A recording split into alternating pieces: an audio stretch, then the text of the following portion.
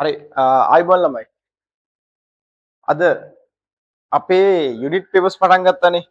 එතකොට unit papers වල පළවෙනි යුනිට් පේපර් එකේ MCQ එකේ ඩිස්කෂන් එකට තමයි අපි මේ ඇවිල්ලා ඉන්නේ. හරිද? හරි. එතකොට මේක ඔයාලට අපි ෆිසිකල් පන්ති වල පවත්වන පේපර්ස් ඔයාලා ලියලා ඔක්කොම කරලා හරි දැන් අපේ ලකුණු දීගෙන යනවා. ලකුණු ලිස්ට් එක රෑන්ක් කරගෙන යනවා. එතකොට ඔයාට මේ ඩිස්කෂන් එකේ මේ වීඩියෝ එක බලලා ඔයාට පුළුවන් ඔයාගේ අඩුපාඩු ටික ඔයාට මගේ හරුණු ටික සේරම අල්ල ගන්න මෙතන. හරි. එතකොට අපි මේ උදේ පාන්දර තමයි දැන් වෙලාව 4:45යි. උදේ පාන්දර තමයි මේක රෙකෝඩ් කරන්නේ. ඒකට ඔයාලා දැන් නිදාගෙන ඉන්න බෑ. අපි වැඩ ඔයාලා නිදාගෙන ඉන්න බෑ. හරිද? ඔයාලා අනිවාර්යයෙන්ම නැගිටලා ඉන්න ඕන. හරි. එහෙනම් අපි වැඩි කතා නැහැ. ඉක්මනට යමු. අපේ යුනිට් පේපර් එකේ පළවෙනි යුනිට් පේපර් එකේ ප්‍රශ්න ටික සාකච්ඡා කරන්න. හරි.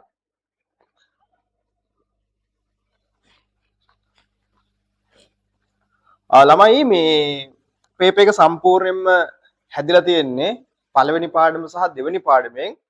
ඒකට හේතුව වල දන්නවා අපි මේ වෙද්දී ෆුල් පේපර්ස් 20ක් ලියලා සාකච්ඡා කරලා ලකුණු දීලා ලකුණු ටික රෑන්ක් කරගෙන සේරම ඉවරයි. ඒතර අපි බැලුවට පස්සේ සමහර දරුවන්ගේ ලකුණු මට්ටම ටිකක් අඩු වෙලා තිබ්බා. ඒකට අපි පිළියමක් විදිහට සහ ලකුණු වැඩි කට්ටියට තව ටිකක් ලකුණු වැඩි කරගන්න සහ අඩුපාඩු ටික හදාගන්න පුළුවන් වෙන විදිහට අපි යුනිට් පේපර්ස් ටිකක් දැන් පටන් ගත්තා. මේ තියෙන්නේ ඔයාලගේ පළවෙනි යුනිට් පේපර් එක. හරි. එහෙනම් අපි යමු ප්‍රශ්න පත්‍රයට. අපි ගිහිල්ලා මේකේ තියෙන ඉස්සලාම අපි දැන් මෙතනින් ප්‍රශ්න පත්‍රය ගත්තොත් එන්සයිම් වලින් ප්‍රශ්න තියෙනවා. සෛලීය ශ්වසනයෙන් ප්‍රශ්න තියෙනවා. ඊළඟ ප්‍රභා සංශ්ලේෂණයෙන් ප්‍රශ්න තියෙනවා. සෛල විභාජනයෙන් ප්‍රශ්න තියෙනවා. තව ඒ පාඩම් වල කොටස් වලින් ප්‍රශ්න තියෙනවා. මම මෙහෙම මේ පේපර් එක සාකච්ඡා කරන්නම්. මම මුලින්ම තෝරගත්තොත් එක කොටසක් ඒකේ තියරි ටික ඔයාලට වේගෙන් මතක් කරලා දීලා ප්‍රශ්න ටික ඒ සම්බන්ධව තියෙන ප්‍රශ්න ටික සියරම ඉවර කරලා දාන්නම්. ඒකට එකේ ඉඳන් පිළිවෙලට නෙමෙයි යන්නේ. අපි යන්නේ අදාළ තියරි කොටස මතක් කරලා ඒ ප්‍රශ්න ටික ඉක්මනින් ඉවර කරන්න. හරි. එතකොට මේ පේපර් එකේ අපි මුලින්ම යමු. දැන් පළවෙනි ප්‍රශ්නේ තියෙන්නේ පළවෙනි පාඩමෙන් දාපු ප්‍රශ්නයක්. ඒතර ඒකේ තියෙන්නේ ස්වභාවික සම්පත්වල අධිපරිභෝජනය නිසා ඇතිවන ප්‍රධාන ගැටලු වන්නේ කියලා නේද? එතකොට ඒ වගේ ප්‍රශ්නයක් අපිට සාකච්ඡා කරන්න දෙයක් ඉතුරු වෙන්නේ නැහැ. ඇත්තටම ඔයා දන්නවා පළවෙනි පාඩමේ තියෙන ස්වභාවික සම්පත්වල අධිපරිභෝජනය නිසා සිදුවන ප්‍රධාන ගැටලු තුනක් කියලා සඳහන් කරලා තියෙනවා. මොකද්ද? එක පරිසර දූෂණය, කාන්තාරීකරණය, ජෛව විවිධත්වය, හානිය. එහෙනම් මේකට ගැලපෙන විදිහට පිළිතුරු එන්නේ A සහ C. පිළිතුර දෙක. ප්‍රශ්නයක් නැහැ. හරි. ඒ වගේ අපි වේගෙන් යමු දෙවෙනි ප්‍රශ්නෙටත්. පුතේ දෙවෙනි ප්‍රශ්නේ අහන්නේ නියුක්ලික් අම්ල පිළිබඳව සත්‍ය වන්නේ. හරි. අපි ආයම මේ කොටස පොඩ්ඩක් මතක් කරගත්තොත් අපි කතා කරන නියුක්ලික් අම්ල ප්‍රධාන ආකාර දෙකයි. එකක් DNA අනිත් එක RNA. ඒතර මේ DNA RNA කියන්නේ සෛල තුල හමු වන මහා අණු ඒ වගේම ජෛව බහු අවයවික නියුක්ලික් අම්ලවල පොදුවේ තනුම් එකක විදිහට අපි ගන්නෙ නියුක්ලියෝටයිඩ්. එතකොට ඩියොක්සිරයිබෝ නියුක්ලික් අම්ලවල ඩියොක්සිරයිබෝ නියුක්ලියෝටයිඩත් රයිබෝනියුක්ලික් අම්ලවල රයිබෝනියුක්ලියෝටයිඩත් තනුම් එකක විදිහට තියෙනවා. හරි. මේ අහන්නකෝ. දැන් මෙයාගේ ඩියොක්සිරයිබෝ නියුක්ලියෝටයිඩ් එකක් ගත්තාම අපි දන්නවා පෙන්ටෝසීනි කාණ්ඩය තියෙනවා. ඒතර පෙන්ටෝසීනි කාණ්ඩය මෙන්න මෙතන තියෙන ඔක්සිජන් පරමාණුව අපි කාබන් අංකණය කරනවා ඔක්සිජන් පරමාණු ඉඳන් දක්ෂිනාවර්තව. හරි. මේ බලන්න. මෙන්න මෙතන පස්වෙනි කාබන් පරමාණුව. මෙන්න මේ පස්වෙනි කාබන් පරමාණුවට ෆොස්ෆේට් කාණ්ඩයක් සම්බන්ධයි. ඒ වගේම මෙන්න මේ පළවෙනි කාබන් පරමාණුවට නයිට්‍රජන් භස්මයක් සම්බන්ධයි. එහෙමනේ. ඊළඟට ළමයි මෙතන තියෙන පෙන්ටෝසීනි කාණ්ඩය කවුරු වෙන්න ඕනද? ඩියොක්සිරයිබෝස් වෙන්න ඕන. පැහැදිලි. ඊට අමතරව RNA වලට ගියොත් ඒකත් ඒ විදිහම තමයි නේද? RNA වලට ගියොත් ඒකත් ඒ විදිහම තමයි පෙන්ටෝසීනි කාණ්ඩය, නයිට්‍රජනීය භස්මය, ඒ වගේම ෆොස්ෆේට් කාණ්ඩය. එයාගෙත් පෙන්ටෝසීනි කාණ්ඩයක් වන රයිබෝස් තමයි පෙන්ටෝසීනි කාණ්ඩය විදිහට තියෙන්නේ. පළවෙනි කාබන් පරමාණු 2 3 4 5. දැන් ඔයා දන්නවා රයිබෝස් සහ ඩියොක්සිරයිබෝස් ගත්තාම දැන් මොනොසැකරයිඩ් වල පොදු අණුක සූත්‍රයක් තියෙනවානේ. මොකද්ද මොනොසැකරයිඩ් වල තියෙන පොදු අණුක සූත්‍රය? කියන්නකෝ. CH2O වතාවක් N නේද? එතකොට කාබන් පරමාණු 3 ඉඳලා 7 දක්වා මොනොසැකරයිඩ් වර්ගීකරණය කරනවානේ. 3ක් නම් ට්‍රයෝස, 4ක් නම් ටෙට්‍රෝස, 5ක් නම් පෙන්ටෝස ආදී වශයෙන්. එතකොට මේ කාබන් පරමාණු 5ක් දරනවා නම් ඔයාලට තේරෙන්න ඕනේ මෙතන 5ක් එන්න නම් මෙතන 5 එන්න ඕනේ. එතකොට C5යි H10යි O5යි. ඔය පෙන්ටෝසීනි. හැබැයි විශේෂත්වයක් තියෙනවා. ඔය කියන පොදු අණුක සූත්‍රය පොඩ්ඩක් වෙනස් වෙනවා මේ රයිබෝස් ඒ වගේම ඩියොක්සිරයිබෝස් ගැන කතා කරද්දී. මොකද්ද කතාව? ඩියොක්සිරයිබෝස් වල ඔක්සිජන් පරමාණුවක් කාට වඩා අඩුයිද? රයිබෝස් සීනි වලට වඩා අඩුයි. පැහැදිලිනේ? හරි එහෙනම් රයිබෝස් වලට වඩා ඔක්සිජන් පරමාණුවක් ඩියොක්සිරයිබෝස් වල අඩුයි. ඒක අපි දෙවෙනි පාඩමේදී ඉගෙන ගන්නවා. මේ පොඩක් මේ හුරු පුරුදු ප්‍රශ්න මේවා. හරි. මෙතනින් එහාට ගියපුවාම පුතේ මේ නයිට්‍රජනීය භස්ම ගත්තාම අපි නයිට්‍රජනීය භස්ම ආකාර දෙකක් ඉගෙන ගන්නවා. එකක් මොකද්ද? පියුරීන. අනිත් නයිට්‍රජනීය භස්ම ආකාරය මොකද්ද? පිරමිඩීන. ඒතර ඔයාට මතක ඇති පියුරීන ගත්තාම චක්‍රීය වලලු කීයක් තියෙනවද මේ පියුරීන අණුවක? චක්‍රීය වලලු දෙකක් තියෙනවා නේද? ඒ නිසා අපි කියනවා සාපේක්ෂව විශාලයි. එහෙනම් චක්‍රීය අණු දෙකක් දරන සාපේක්ෂව විශාල නයිට්‍රජනීය භස්ම වර්ගය තමයි පියුරීන. දැන් පියුරීන. ඒතර පිරමිඩීන නැත්නම් පිරමිඩීන ගත්තාම චක්‍රීය වලලු කීයද? 1යි. එහෙනම් සාපේක්ෂව මෙයා කුඩයි නේද? සාපේක්ෂව කුඩයි. උදාහරණ විදිහට අපි ගත්තොත් පියුරීන වලට උදාහරණ වෙන්නේ ඇඩෙනීනුයි ගුවැනීන් භස්මයයි. ඒ වගේම පිරමිඩීන වලට උදාහරණ වෙනවා සයිටෝසින්, තයමීන්, ඒ වගේම යුරැසිල්. අපි මෙතන ආවොත් ළමයි නයිට්‍රජනීය භස්ම විදිහට DNA වල තියෙන්නේ මොන කවුද ඉන්නේ? ඇඩෙනීන් ඉන්නවා, ඒ වගේම ගුවැනීන් ඉන්නවා, ඒ වගේම සයිටෝසින් ඉන්නවා, ඒ වගේම තයිමීන් ඉන්නවා. ඔයාලට මතක නම් RNA වල නයිට්‍රජනීය භස්ම විදිහට ඇඩෙනීන් ඒ විදිහටම ඉන්නවා, ගුවැනීන් ප්‍රශ්නයක් නැහැ, සයිටෝසින් ප්‍රශ්නයක් නැහැ ඉන්නවා. ඒ වගේම මොනවාද? තයිමීන් නැහැ. ඒ වෙනුවට කවුද ඉන්නේ? යුරසිල් තමයි ඉන්නේ. පැහැදිලිනේ? ඒකට ඒක ප්‍රශ්නයක් නැහැ. අපි ඉගෙන ගන්න මෙතන තවත් දෙයක් තමයි දැන් මේක නියුක්ලියෝටයිඩයක්. නියුක්ලියෝටයිඩයක ප්‍රධාන සංඝටක තුනයි. පෙන්ටෝසීනි කාණ්ඩය, නයිට්‍රජනීය භස්ම කාණ්ඩය, ඒ වගේම ෆොස්ෆේට් කාණ්ඩය. ඔතනින් එහාට ගියපුවාම පුතේ ඔයා ඉගෙන ගන්නවා මෙන්න මේ ෆොස්ෆේට් කාණ්ඩය රහිත නියුක්ලියෝටයිඩ. ෆොස්ෆේට් කාණ්ඩය රහිත නියුක්ලියෝටයිඩ. ඇත්තට මේක ෆොස්ෆේට් කාණ්ඩය රහිත නම් නියුක්ලියෝටයිඩ කියන්න බෑ. ඒක අපි ඇත්තට මේ කතා කරාට ඒක වැරදි. කෙලින්ම ෆොස්ෆේට් කාණ්ඩය නැත්තම් මේ ව්‍යුහේ අපි කියනවා මොකද්ද මේකට? කියන්නකෝ නියුක්ලියෝටයිඩයක් නෙමෙයි. මොකද්ද? නියුක්ලියෝසයිඩයක්. නම් නියුක්ලියෝසයිඩය. ඒතර ඔයාලට මතක නම් මෙතන අපි ගත්තොත් ගුවැනීන් ආවොත් අපි මේකට කියනවා මොකද්ද? ගුවැනොසීන්. ඒ වගේම මෙතන ඇඩෙනින් වගේ ආවොත් අපිට කියන්න පුළුවන් මේ තියෙන නියුක්ලියෝසයිඩ වර්ගය ඇඩිනොසීන් කියලා. හරි නේද? එහෙනම් අපිට ඔක්කොම වගේ මතක් වුණා. මේ ප්‍රශ්නෙට අදාළ තීරය ටික. බලමු ප්‍රශ්නේ. හරි. නියුක්ලික් අම්ල පිළිබඳ සත්‍ය වන්නේ පළවෙනි ප්‍රශ්නේ අහන්නේ පෙන්ටෝසීනි කාණ්ඩයේ රහිත නියුක්ලියෝටයිඩ හඳුන්වන්නේ නියුක්ලියෝසයිඩ. නෑනේ ළමයි. පෙන්ටෝසීනි කාණ්ඩයේ රහිත නෙමෙයි ෆොස්ෆේට් කාණ්ඩයේ රහිත ඒවා තමයි නියුක්ලියෝසයිඩ. එහෙනම් පළවෙනි පිළිතුර වර්ධිනවා. පිරිමිඩීන් භස්ම කාණ්ඩයට වලලු දෙකක්. ඇත්තද? නැහැනේ. පිරිමිඩීන වලට චක්‍රීය වලලු එකයි තියෙන්නේ. ඉන්ද සාපේක්ෂව කුඩයි. එහෙනම් දෙවෙනි පිළිතුරත් වැරදි. නියුක්ලික් අම්ල වලට භාෂ්මික ස්වභාවයක් ලබා දෙන්නේ ෆොස්ෆේට් කාණ්ඩය. නැහැ. අපි දන්නවා නියුක්ලික් අම්ල වලට නියුක්ලියෝටයිඩ වල තියෙන ෆොස්ෆේට් කාණ්ඩය මගින් ලබා දෙන්නේ මොන ස්වභාවයක්ද? භාෂ්මික ස්වභාවයක් නෙමෙයි ආම්ලික ස්වභාවයක්. ආම්ලික ස්වභාවයක්. නියුක්ලික් අම්ල වල හමු වන පෙන්ටෝස් ස්ථීනි වර්ග දෙකෙහිම අණුක භාර සමානයි. නෑ පුතේ.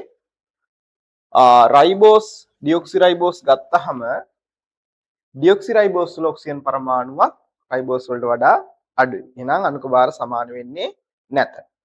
ඊළඟ කතාව අහගන්නකෝ. අපි DNA වල කතා කරනවා මේ විදිහට එයාගේ දිත්ත හෙලික්ස් ආකාර ව්‍යුහයක් තියෙනවා. ඕව අපි එක දන්නවා.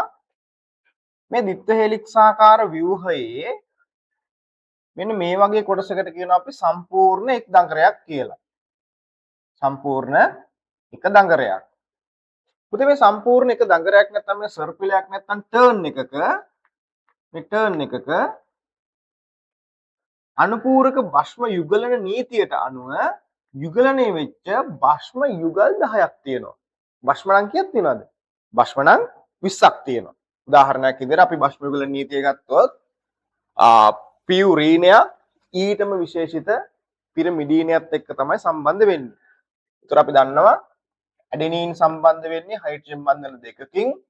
කාත් එක්කද? තයිමීන් එක්ක. ඒ වගේම ගුවැනීන් සම්බන්ධ වෙන්නේ හයිඩ්‍රජන් බන්ධන තුනකින් සයිටෝසින් එක්ක. ඒ ඩියොක්සිරයිබෝ නියුක්ලියෝටයිඩ වල නම්. හැබැයි රයිබෝ නියුක්ලියෝටයිඩ වල ඇඩෙනීන් නැහැනේ. නෑ ඇඩෙනීන් නැත්නම් රයිබෝ නියුක්ලියෝටයිඩ වල වැරදුනා. ඇඩෙනීන් නෙමෙයි තයිමීන් නැහැ. තයිමීන් නැතිනම් රයිබෝ නියුක්ලියෝටයිඩ වල තයිමීන් වෙනුවට තියෙන අපි දන්නවා යුරැසිල්. එහෙනම් එතන අනුපූරක භස්ම යුගලණය වෙන්නේ ඇඩෙනීන් කාත් එක්කද? යුරැසිල් එක්ක. එහෙනම් මේ විදිහට අපි නිකන් එකක් දැම්මොත් මේ වගේ පුතේ ඇඩෙනීන් මෙතන තියෙනවා නම් මෙතන තයිමීන් තියෙනවා නම් හයිඩ්‍රජන් බන්ධන දෙකකින් මෙහෙම සම්බන්ධ වෙලා. මෙතන ගුවැනීන් තියෙනවා නම් මෙතන තියෙන සයිටෝසින් හයිඩ්‍රජන් බන්ධන තුනකින් තමයි සම්බන්ධ වෙලා තියෙන්නේ. ඔය විදිහට සම්පූර්ණ එක් දඟරයක ටර්න් එකක භස්ම යුගල් කොච්චරක් තියෙනවද? භස්ම යුගල් 10ක් පවතිනවා. එහෙනම් දෙවෙනි ප්‍රශ්නෙට පිළිතුරු විදිහට අපිට ගන්න වෙන්නේ කීයද? උත්තරේ 5. පැහැදිලි. ඒතකොට මේ වගේ ප්‍රශ්න පළවෙනි ප්‍රශ්න 10 ඇතුළත සාමාන්‍යයෙන් පේපරේ තියෙනවා. සාමාන්‍ය පුතේ මේ දවස්වල අපි මේ අලුත් සිලබස් එකේ පේපර්ස් ගැන කතා කරපුවාම පළවෙනි ප්‍රශ්න ගොඩක් වෙලාවට 7 එක දෙක පාඩම් වලින් තමයි සමන්විත වෙන්නේ. ආය 40 ඉඳන් 41 ඉඳන් 50ටත් දෙවෙනි පාඩමෙන් ප්‍රශ්නයක් ගොඩක් වෙලාවට තියෙනවා. ඒකට ප්‍රශ්න 8ක් 9ක් වගේ ප්‍රමාණයක් පළවෙනි දෙවෙනි පාඩම් වලින් ඒ දෙවෙනි පාඩමෙන් තමයි ලොකු ප්‍රමාණයක් පේපරේට ලැබෙනවා. ඒ නිසා මේ පළවෙනි ප්‍රශ්න ටික වරද්ද ගන්න නැතුව කරන එක ගොඩක් වැදගත්. අපිට 40 පන්නලා හොඳ ලකුණක් ගන්න එක ගොඩක් වැදගත් වෙනවා. පැහැදිලි. හරි. එහෙනම් අපි දෙවෙනි ප්‍රශ්නය උතනින් කතා කරලා ඉවරයි. හරි. අපි අංග තුන්වෙනි ප්‍රශ්නයටත් පුතේ තුන්වෙනි ප්‍රශ්නය කියවන තුන්වෙනි ප්‍රශ්නය මොකද්ද තියෙන්නේ? තුන්වෙනි ප්‍රශ්නේ තියෙන්නේ මේ පක්ෂම හා කශිකා ගැන නේද? ඔව්. බලමුද පක්ෂම හා කශිකා ගැන පොඩ්ඩක් අපි ඉගෙන ගත්ත තියරි ආයෙ පොඩ්ඩක් මතක් කරගෙන. හරි බලමුකෝ.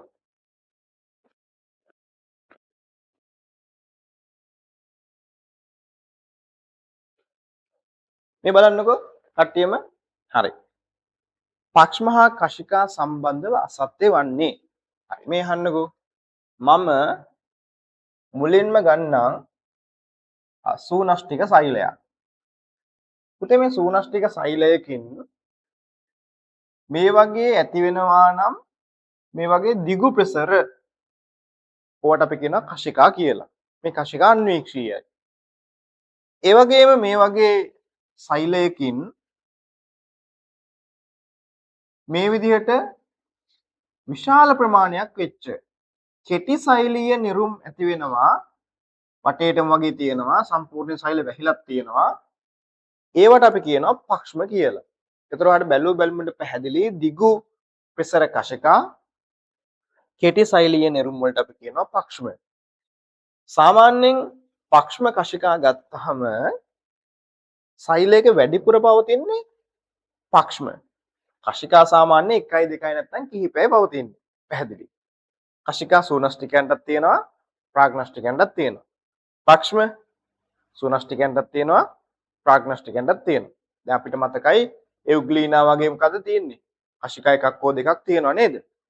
ඒ කට්ටිය එව්ග්ලීනා කියන්නේ සූනෂ්ටිකේ. අනිත් එක අපේ මානව ශුක්‍රාණු සෛල වල මොකක්ද තියෙන්නේ? කශිකා තියෙනවා. පැහැදිලි. ඒ වගේම බැක්ටීරියාවන්ගේ කශිකා තියෙනවා. ඒවා කට්ටිය ප්‍රාග්නෂ්ටික. පක්ෂමත් එහෙමයි නේ. තරමීසියම් වගේ කට්ටියගේ පක්ෂම තියෙනවා. තව බැක්ටීරියාවන්ගේ පක්ෂම තියෙනවා. හරි. දැන් අහගන්නකෝ. දැන් මේ පක්ෂම හා කශිකා වල මම මෙයාගේ මෙතනින් පොඩි කට් එකක් දෙන්නම්. මම මෙයාගෙත් මේ හරියෙන් පොඩි කට් එකක් දෙන්නම්. හරිද? ඊට පස්සේ මම පක්ෂමයක් කැපුවා සූනෂ්ටිකයෙක්ගේ හොඳේ. ඊට පස්සේ මම කශිකාවක් මේ විදිහට කැපුවා. මම ඒ කපල ඉවර වෙලා මට පේන්නේ රවුමක් නේ එතකොට මේ කැපුව තැන. ඒක මං අඳින්න ගත්තොත් මට මේ වගේ අඳින්න පුළුවන්. මේ බලන්නකෝ. මම මේ සූනෂ්ටිකයේ පක්ෂමයක නැත්නම් කශිකාවක පොදු ව්‍යුහයක් තමයි දකින්නේ. ඒතර පුතේ මෙයාලගේ මේ විදිහට වලයාකාරව සකස් වෙලා තියෙනවා මේ වගේ දෙකේ ගොඩවල් සෙට් එකක්. 3යි 4යි 5යි 6යි 7යි 8යි 9යි. එතකොට මේ තියෙන දෙකේ ගොඩවල් වලට අපි කියන මොනවාද? ඕ ශුද්ධ නාලිකා. මොනවද තියෙන්නේ? ශුද්ධ නාලිකා. එහෙනම් වලයාකාර ශුද්ධ නාලිකා දිත්ත කීයක් තියෙනවද? 9ක් තියෙනවා. ඊට අමතරව ඔයාලට මතක ඇති තවත් මධ්‍ය ශුද්ධ නාලිකා දිත්වයක් තියෙනවා. හරි. එතකොට අපි ගත්තහම ව්‍යුහය සාමාන්‍යයෙන් මේ විදිහේ ව්‍යුහයක් තමයි අපිට සූනෂ්ටික පක්ෂමික කශිකාවක දැක ගන්න පුළුවන් වෙන්නේ. ඒ වගේම මම මේ වටේට ඇඳලා තියෙන්නේ ප්ලාස්ම පටලය. එහෙනම් ප්ලාස්ම පටලයකින් වට වෙලා තමයි සූනෂ්ටික පක්ෂමයක් හෝ කශිකාවක් පවතින්නේ. පැහැදිලි. ඒතර අපි මේ ව්‍යුහයට කියනවා පුතේ මොකද්ද? ශුද්ධ නාලිකා වලින්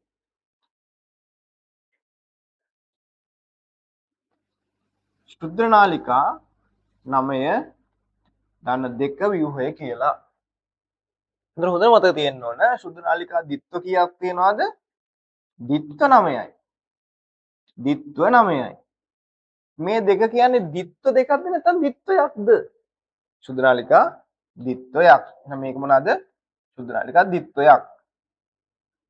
තා චුට්ටක් අපි කතා කරොත් මේ පක්ෂමයක් නැත්නම් කශිකාවක් සූනෂ්ටිකයේ පක්ෂමයක් කශිකාවක් තෛලයකට සම්බන්ධ වන ස්ථානයට අපි කියනවා පාදස්ත දේහය. හරි. ඒතර මේ පාදස්ත දේහයේ ව්‍යුහය කියන අපි පොඩ්ඩක් කතා කරොත් මේ පාදස්ත දේහයේ මේ හරියට අපි කියනවා මේ හරියට පාදස්ත කණිකාව. ඒතර මේ පාදස්ත කණිකාවේ පොඩි වෙනසක් තියෙනවා. මොකද්ද මෙතන තියෙන වෙනස? මෙයාගේ ශුද්ධ නාලිකා 9 වටේට තියෙනවා. හැබැයි මැදේ තියෙන මොකද්ද? ශුද්ධ නාලිකා දිත්වය නැති හින්දා අපි කියනවා එයාගේ තියෙන මොකද්ද? 9 ධන බිඳුව ව්‍යුහය. හරි නේද? මම වේගෙන් මතක් කරනවා. පොඩි දේවල් මේවා. ළමයි. ඔයාලට මතකද ප්‍රාග්නෂ්ටිකය සූනෂ්ටිකය? එතකොට අපිට දෙවෙනි පාඩමේ වගුවක් තියෙනවා ප්‍රාග්නෂ්ටික සූනෂ්ටික සෛල අතර වෙනස්කම්. එතකොට එතනදී යාලා සඳහන් කරනවා ප්‍රාග්නෂ්ටික කශිකා සහ සූනෂ්ටික කශිකා අතර වෙනස්කම්. ඒතකොට ස්ට්‍රක්චර්ඩ් ප්‍රශ්න වල ගොඩක් වෙලාවට ඔන්න ඔය වගේ ප්‍රශ්නයක් අහන ප්‍රවණතාවය වැඩි. මේ අහන්නකෝ. සාමාන්‍යයෙන් අපි ගත්තොත් ප්‍රාග්නෂ්ටික කශිකාවක් සරලයි. ඊට සාපේක්ෂව සූනෂ්ටික කශිකාවක් සංකීර්ණයි. විශ්කම්මේ මතක් කරන්න. ප්‍රාග්නොස්ටිකයන්ගේ මේ අන්වීක්ෂීයයිනේ. මොන මට්ටම තියෙන්නේ? ඔව් කොච්චරද? 20 නැනෝමීටර් නේද? ඒ වගේම සූනස්ටිකෙක්ගේ 200 නැනෝමීටර්.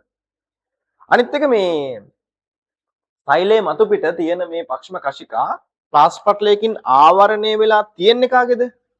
ස්තූනෂ්ටිකයාගේ. ඒ නිසා අපි කියනවා ඒවා අන්තක් සෛලීයයි කියලා. ඒ වගේම සෛල මත පිට තියෙන පක්ෂමහා කශිකා ප්ලාස්මා පටලයකින් ආවරණය වෙලා නැත්තේ කාගේද? කාගේද? ප්‍රාග්නොස්ටික. ඒ හින්දා ප්‍රාග්නොස්ටික් කශිකා වලට අපි කියනවා මොනවා කියලාද? බහිස්සෛලීයයි කියලා. පැහැදිලිද? එහෙනම් ඒ වගේ ඒවා වෙනස්කම් ටිකකුත් ඔළුවේ තියාගන්න. හරි අපි යන්න ප්‍රශ්නෙට. ප්‍රශ්නෙට යන්න. තුන්වෙනි ප්‍රශ්නය පක්ෂමහා කශිකා සම්බන්ධව අසත්‍ය වන්නේ. පුතේ පළවෙනි පිළිතුර දීලා තියෙනවා දෙකටම පොදු ව්‍යුහයක් තියෙනවා. ඇත්ත. ඇත්ත. දෙක කශිකා සාපේක්ෂව දිගයි පක්ෂම සාපේක්ෂව කෙටි. පිළිතුර නිවැරදි. ස්ථෛල පෘෂ්ඨවල කශිකා වලට වඩා පක්ෂම වැඩි සංඛ්‍යාවක් පිහිටයි. අවුලක් නැහැ. සාමාන්‍ය තියරි ටිකක් තියෙන්නේ. පක්ෂමහා කශිකා වලයාකාර ශුද්ධ නාලිකා 9කින් හා මධ්‍ය ශුද්ධ නාලිකා 2කින් නැහැනේ. පක්ෂමහා කශිකා වලයාකාර ශුද්ධ නාලිකා 9කින් නෙමෙයි. මොන 9කින්ද? ඕ මෙන්න ද්විත්ව 9කින් තමයි සමන්විත වෙන්නේ. ඒ නිසාත් හතරවෙනි උත්තරේ වර්ධිනවා. පාදස්ත දේහය මගින් පක්ෂමහා කශිකා සෛලයට ස්ථානගත සම්බන්ධ කරනවා. පිළිතුර තුන්වෙනි එකට කීයද? හා 4 නේද? 4. හරි. දැන් ප්‍රශ්න තුනක් ඉවර කරා අපි යන් කෙලින්ම හතරවෙනි ප්‍රශ්නෙට. වෙගෙන් යන්න ඕනේ වැඩි. හරි. දැන් ඔයාලට මේ මම මෙහෙම කතා කරගෙන ගියාට ඔයාලට මොනවා හරි මම කතා කරන මේ ප්‍රශ්නවල මේක බලාගෙන යද්දී ඔයාලට මේ වීඩියෝ එක නවත්තලා අවශ්‍ය කොටස් ටික ආපහු නැවත ඔයාලට හිමින් බලන්න පුළුවන් නම් බලා ගන්න ඕන නම් ඒ විදිහට පින්තූර ගැන පොඩි අවධානයක් යොමු කරන්න ඕන නම් ඒක ඔයාලට කරගන්න හැකියාව තියෙනවා. හරි නේද? හරි. පුතේ අපි යමු හතරවෙනි ප්‍රශ්නෙට. ඔව් හතරවෙනි ප්‍රශ්නෙට.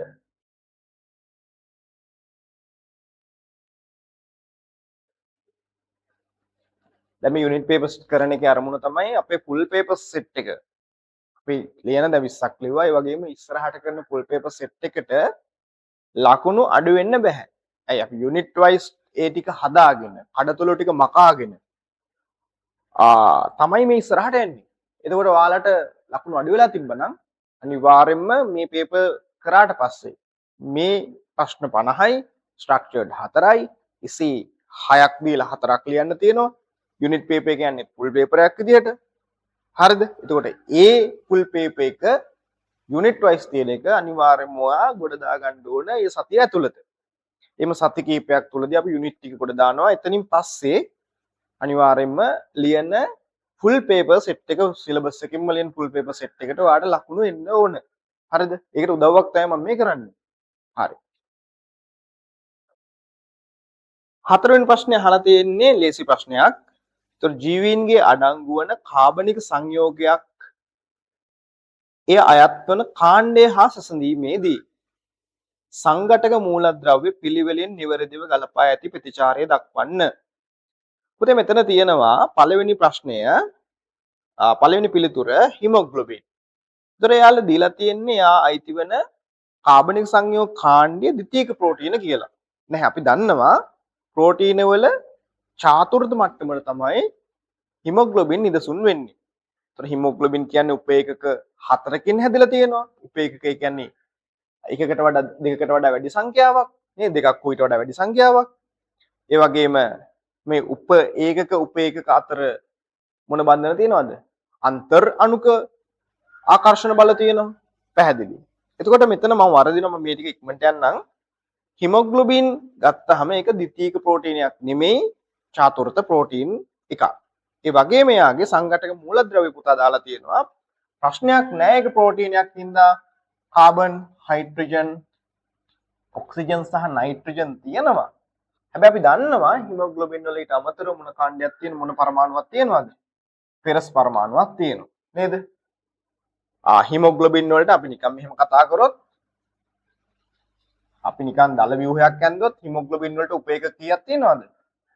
හිමොග්ලොබින් වලට උපේකක ඕ හතරක් තියෙනවා. හරි දල ව්‍යුහයක් ඈ. හරි බින්දුවරේ නෙමෙයි. පුතේ මේ හිමොග්ලොබින් වල තියෙන උපේකක හතරේ මේ එක උපේකකයක් සලකපුවාම ඒකේ තියෙනවා ප්‍රධාන කාණ්ඩ දෙකක්. මේ එක කොටසක් අපි කතා කරොත් මෙයාට අපි නමක් දුන්නොත් මෙයාට අපි කියමු ග්ලොබින් කාණ්ඩය කියලා. මොන කාණ්ඩයද? ග්ලොබින් කාණ්ඩය.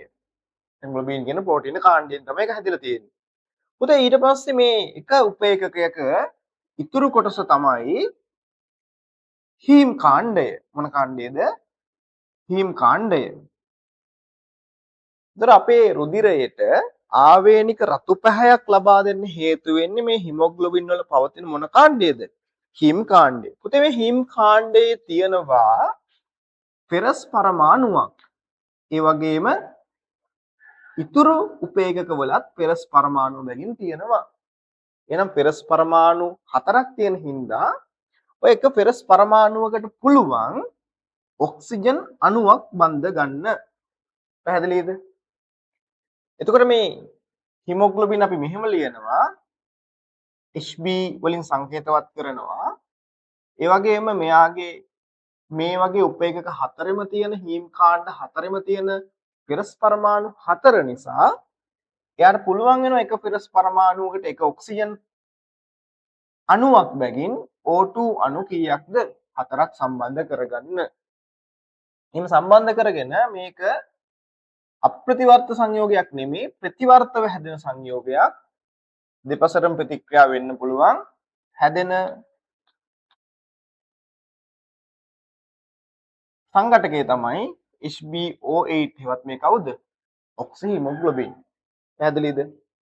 එතකොට සාමාන්‍යයෙන් ප්‍රාථමික ව්‍යුහය පෙප්ටයිඩ් බන්ධන වලින් සම්බන්ධ වෙච්ච රේඛීයව සකස් වෙච්ච මොකද්ද? ඇමයිනෝ අම්ලවල රේඛීය අණුපිළිවෙලක්. එයා කෘත්‍යයක් කතා කරන්නේ නැහැ. මොකද කෘත්‍ය කතා කරන් තරම් එයාගේ 3D ස්ට්‍රක්චර් එකක් නැහැ. ඒතොර ඒකේ ඇති වෙනවා ද්විතීයික ව්‍යුහයට යද්දී ඔයාලට මතක ඇති ඒ පොලිපෙප්ටයිඩ් දාමයේ නේද? අපි මෙහෙම ඇන්දොත් චුට්ට මතක් වෙන්නත් එක්ක පුතේ මේ තියෙන්නේ ඇමයිනෝ අම්ලයක්. මේ තියෙන්නේ ඊළඟ ඇමයිනෝ අම්ලය. මේ තියෙන්නේ ඊළඟ ඇමයිනෝ අම්ලය. මේ තියෙන්නේ තවත් ඇමයිනෝ අම්ලයක්. අපි දන්නවා ප්‍රෝටීන සංශ්ලේෂණයට ඇමයිනෝ අම්ල වර්ග 20ක් විතර දායක වෙනවා. අපි නිකන් ගත්තොත් මේක මෙතියුනින් නම් මේක සිස්ටීන් නම් මේක හිස්ටිඩීන් නම් නේද? මේක වැලීන් නම් ඔහොම යනවනේ.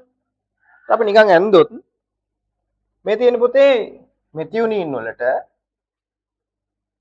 අදාළ ඇමයිනෝ අම්ලය මම මෙහෙම අඳින්නම් H NH2 ඒ වගේම COOH ප්‍රශ්නයක් නැහැනේ. මම වෙන පාටක් පාවිච්චි කරලා ඊළඟ සිස්ටීන් වලට අදාළ මෙයාගේ තව කාණ්ඩයක් එන්න ඕන R කාණ්ඩය. ඒතර මේ R කාණ්ඩය තමයි ඇමයිනෝ අම්ලයෙන් ඇමයිනෝ අම්ලයට වෙනස් වෙන්නේ. මම R1 කියලා දාන්නම්. එතනින් එහාට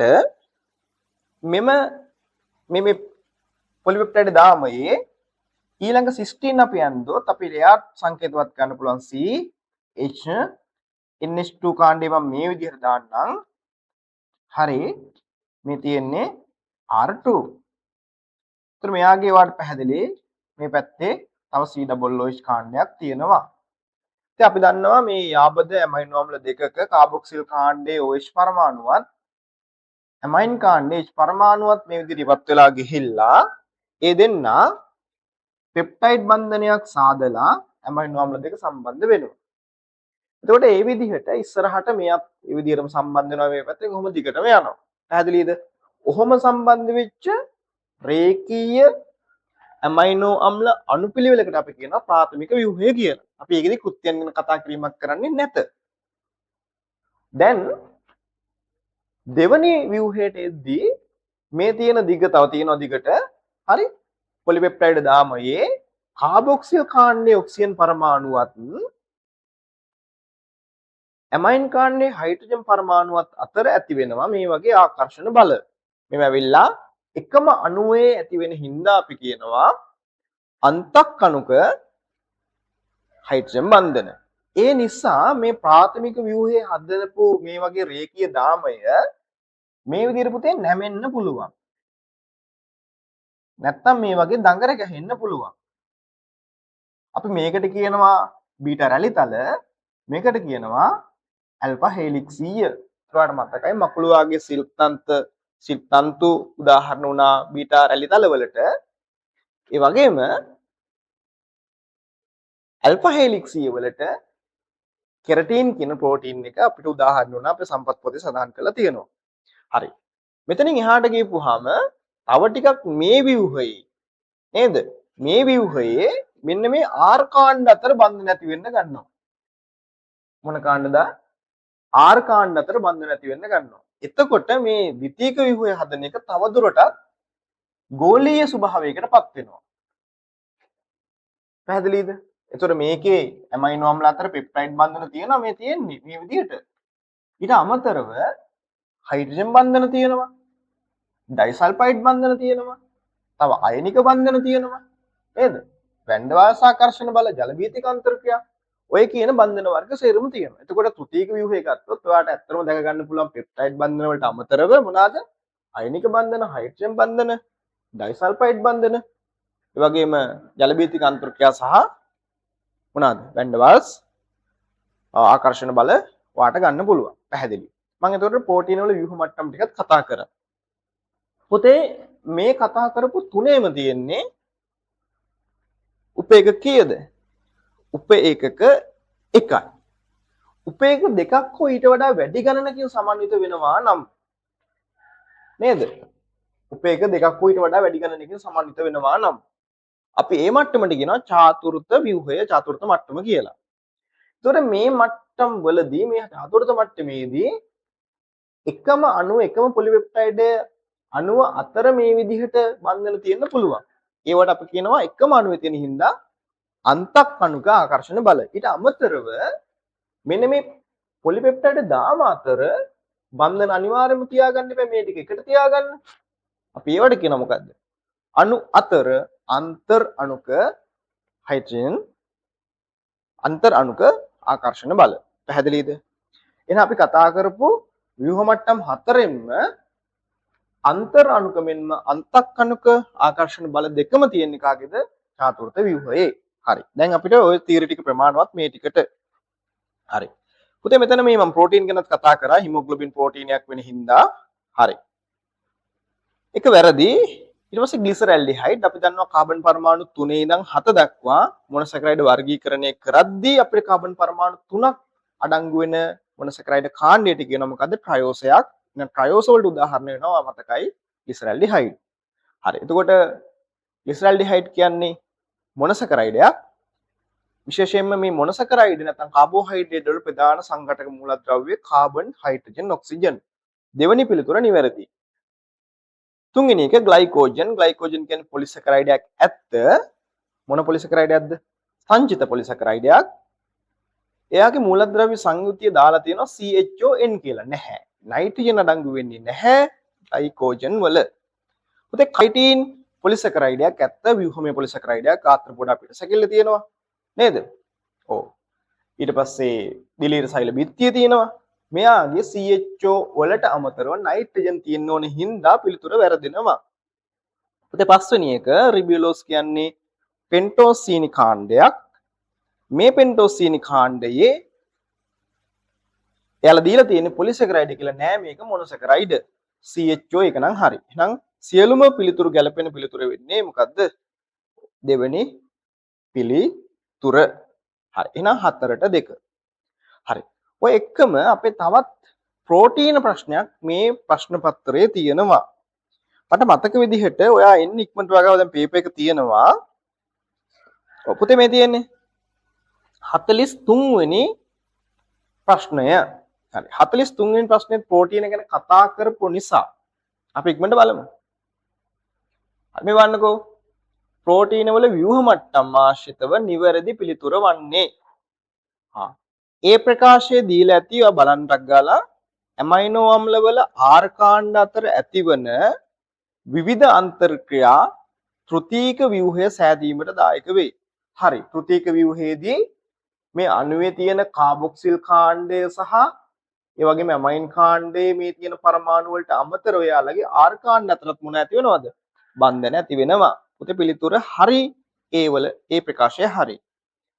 ද්විතීයික ව්‍යුහය සෑදීමට අන්තක් අණුක හයිඩ්‍රජන් බන්ධන සහභාගී වෙනවා. ඇත්ත. ද්විතීයික ව්‍යුහයේදී අන්තක් අණුක හයිඩ්‍රජන් බන්ධන මේ තියෙන්නේ. ඒවා දායක වෙන හින්දා තමයි මේ විදිහට දඟර ගැසෙන්නේ නැමීමට ලක් වෙන්නේ. තුන්වෙනි එක මයොග්ලොබින් ඇල්බියුමින් වැනි ද්විතීයික ව්‍යුහ දරන නැහැ. මේවා අයිති වෙන්නේ තෘතීයික ව්‍යුහයට. C වැරදි. එක් කෘත්‍යාත්මක ප්‍රෝටීනයක් සෑදීමට චාතුර්ථ ව්‍යුහේ නම් එක් කෘත්‍යාත්මක ප්‍රෝටීනයක් සෑදීමට පොලිපෙප්ටයිඩ් දාම එකක් හෝ කිහිපයක් අවශ්‍යයි. ඇත්තනේ චාතුර්ථ ව්‍යුහයේදී එක කෘත්‍යාත්මක ප්‍රෝටීනයක් සෑදීමට පොලිපෙප්ටයිඩ් දාම එකක් හෝ කිහිපයක් නෙමෙයි. මොකද්ද වෙන්න ඕන? පොලිපෙප්ටයිඩ් දාම දෙකක් හෝ කිහිපයක් අවශ්‍ය වෙනවා. ඒ නිසා D පිළිතුර වැරදි. E පිළිතුර බීටා රැලිතර ස්වභාවයක් දරන කෙරටින් ද්විතීයික ව්‍යුහය සහිත ප්‍රෝටීනයකට උදාහරණයක් නැහැ. බීටා රැලිතල ස්වභාවයක් නෙමෙයි කෙරටින් දරන්නේ. මොකද්ද? ඇල්ෆා හෙලික්සීය. බීටා රැලිතල දරන්නේ මකුළු වාගේ සිල්ක් තන්තු. හරි. එහෙනම් අපි උතනින් 43 වෙනි ප්‍රශ්නෙත් ඒ ගමන්ම ඉවර කරා. හරි. අපේ පේපරේ ඊළඟ ප්‍රශ්නෙට අපි යන් දෙහෙනම්. ඔව්. පුතේ අපි යමු 5 වෙනි ප්‍රශ්නෙට. හරි. එතන අහලා තියෙන්නේ මොකද්ද? මේදය පිළිබඳ අසත්‍ය ප්‍රකාශය තෝරන්න. මොකද්ද? මේදය පිළිබඳ නේද? මම පොඩ්ඩක් ඔයාලට තීරය ටික මතක් කළොත් ඔයාට අපි කතා කරන මේ කාබනික සංයෝග අතුරින් එකක් තමයි ලිපිඩ නැත්නම් මේදය. තමයි ලිපිඩ කියන්නේ මහා අණුවකුත් නෙවෙයි. ඒ වගේම ජෛව බහු අවයවයකුත් නෙමෙයි. හැබැයි ජෛවීය වශයෙන් විශාල අණු. ඔන්න ඔතන පටලවා ගන්නවා. මොකද්ද? මහා අණුවක් වෙන්නේ නැහැ. එන අණුක භාරය ඒ තරම් ලොකු නැහැ. තැනුම් මේකක නැවත සම්බන්ධ වෙලා ජීවීන්ගේ දේහ තුල හැදෙන ව්‍යුහයකුත් නෙමෙයි. ඒ නිසා මහා අණුත් වෙන්නේ නැහැ. ජෛව බහු අවයවික වෙන්නේත් නැහැ. හැබැයි ජෛවීය වශයෙන් විශාල අණු. අපි කතා කරනකොට මේ ලිපිඩ නැත්තම් මේ මේදය කතා කරද්දී එතකොට මේ ලිපිඩ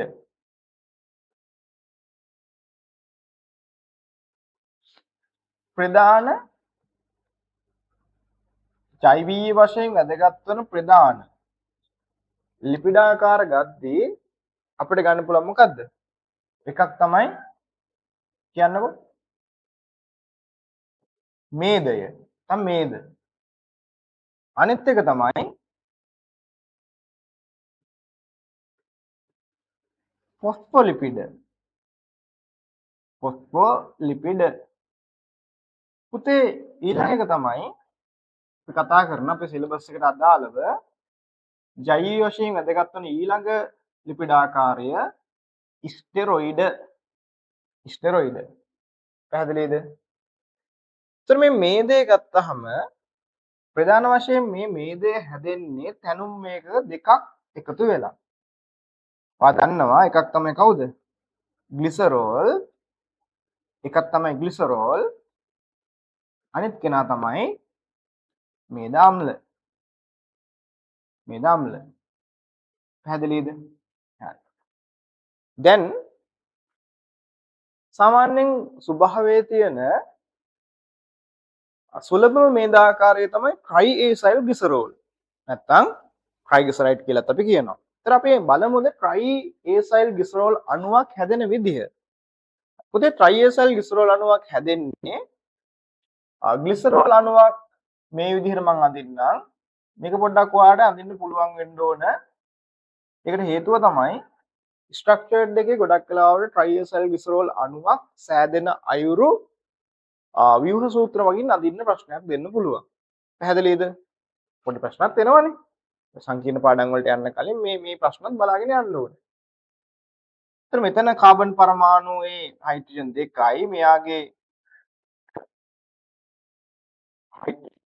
හයිඩ්‍රජන් දෙකයි. CH2 මෙතන සෑම කාබන් පරමාණුවක්ම OH කාණ්ඩය බැගින් දරනවා ග්ලිසරෝල් වල. ඔය තියෙන්නේ. ඒ වගේම මේ තියෙන ග්ලිසරෝල්. ඒතර ග්ලිසරෝල් වල වාට අණුක සූත්‍රය ලියන්න පුළුවන් C3යි. H කීයද පුතේ? 2යි 3යි 5යි 8යි නේද? C3යි H8යි O3යි. දැන් මේ අහන්නකෝ. මෙයත් එක්ක මේද අම්ල අණු කීයක් සම්බන්ධ වෙනවද?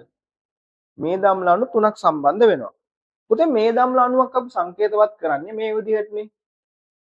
අග්‍රස්ත කාබොක්සිල් කාණ්ඩයක් සහිත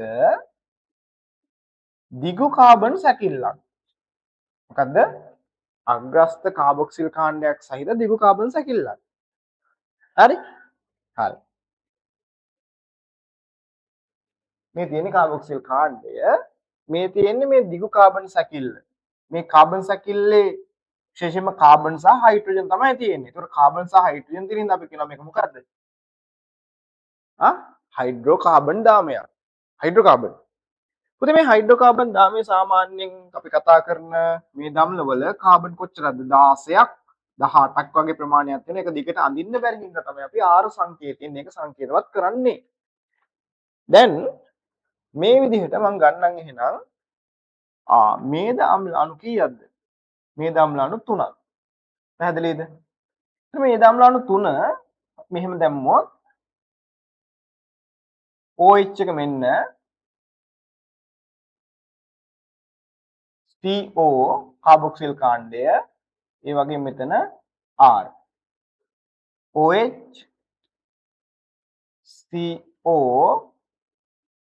R OH CO R එතනින් ඔයාලට පැහැදිලි ඊළඟට මොකද්ද වෙන්න ඕන මේ කාබොක්සිල් කාණ්ඩය OH එකයි ග්ලිසරෝල් අණුවේ තියෙන H පරමාණුවයි ජල අණුවක් බැගින් ඉවත් වෙලා ජල අණු 3ක් ඉවත් වෙනවා. එතනින් පුතේ නිර්මාණය වෙන මෙන්න මේ අණුවට තමයි අපි කියන්නේ මොකද්ද? කියන්නකෝ. ට්‍රයිඑසයිල් ග්ලිසරෝල් අණුව නේද? CH2 CH CH2. මෙයාගේ ඔක්සිජන් තියෙනවා, මෙයාගේ ඔක්සිජන් තියෙනවා, මෙයාගේ ඔක්සිජන් තියෙනවා. අපි ඊතර එක ගන්නෙමුකෝ. පුතේ මෙයාගේ කාබොක්සිල් කාණ්ඩේ CO1 මෙන්න R1. CO1 මෙන්න R1. CO1 මෙන්න R1. අලුතෙන් හැදෙන බන්ධනයව වෙන පාටකින් දාන්නම්. මේ තියෙන අලුතෙන් හැදෙන බන්ධනය කහ පාටින් අඳින්නම්කෝ. මේ බන්ධනය තමයි මොන බන්ධනයද? ස්ථිර බන්ධනය. පුතේ මේ ස්ථිර බන්ධනය හදනකොට වාට පැහැදිලි ජල අණු කීයක් ඉවත් වෙනවද? ජල අණු 3ක් ඉවත් වෙනවා. ඒතර මම මේ ඇන්දේ ග්ලිසරෝල් සහ මේද අම්ල අණු 3ක් ස්ථිර බන්ධන 3ක් සාදමින් එකට සම්බන්ධ වෙලා හදන ට්‍රයිඑසයිල් ග්ලිසරෝල් අණුවක ව්‍යුහය පැහැදිලි. ඒක ප්‍රශ්නයක් නෑ. ඒකත් ඔයා මතක් කරගන්න කටක අමතක නම්. හරි. දැන් අපි තව ටිකක් ඉස්සරහට ගියාට පස්සේ මේද ගත්තාම ඒකේ ප්‍රධාන මේදාකාර දෙකක් තියෙනවා. ප්‍රධාන මේදාකාර කීයක් තියෙනවද? දෙකක් තියෙනවා. මොනවාද මේ ප්‍රධාන මේදාකාර දෙක? අපි කියනවා saturated fats නැත්නම් unsaturated fat. එහෙම ලියලා හරියන්නේ නැහනේ. මොනවාද? පුතේ සම්තෘප්ත මේද තියෙනවා. අසම්තෘප්ත මේද තියෙනවා. එකක් සම්තෘප්ත මේද අනිත් එක අසන්තෘප්ත මේද.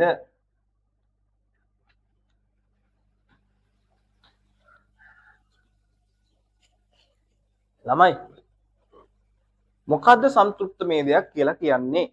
මේ අහන්නකෝ දැන් මේද හැදෙනකොට ඔයාලට පැහැදිලිනේ අර බලන්නකෝ මේ මේද හැදෙද්දී ග්ලිසරෝල් අණුව කාත් එක්ක සම්බන්ධ වෙනවද? මේද අම්ලත් එක්ක සම්බන්ධ වෙනවනේ. අන්න ඔය සම්බන්ධ වෙන මේද අම්ල අණුවක් මම මෙහෙම අදින්නද? මේ තියෙන්නේ R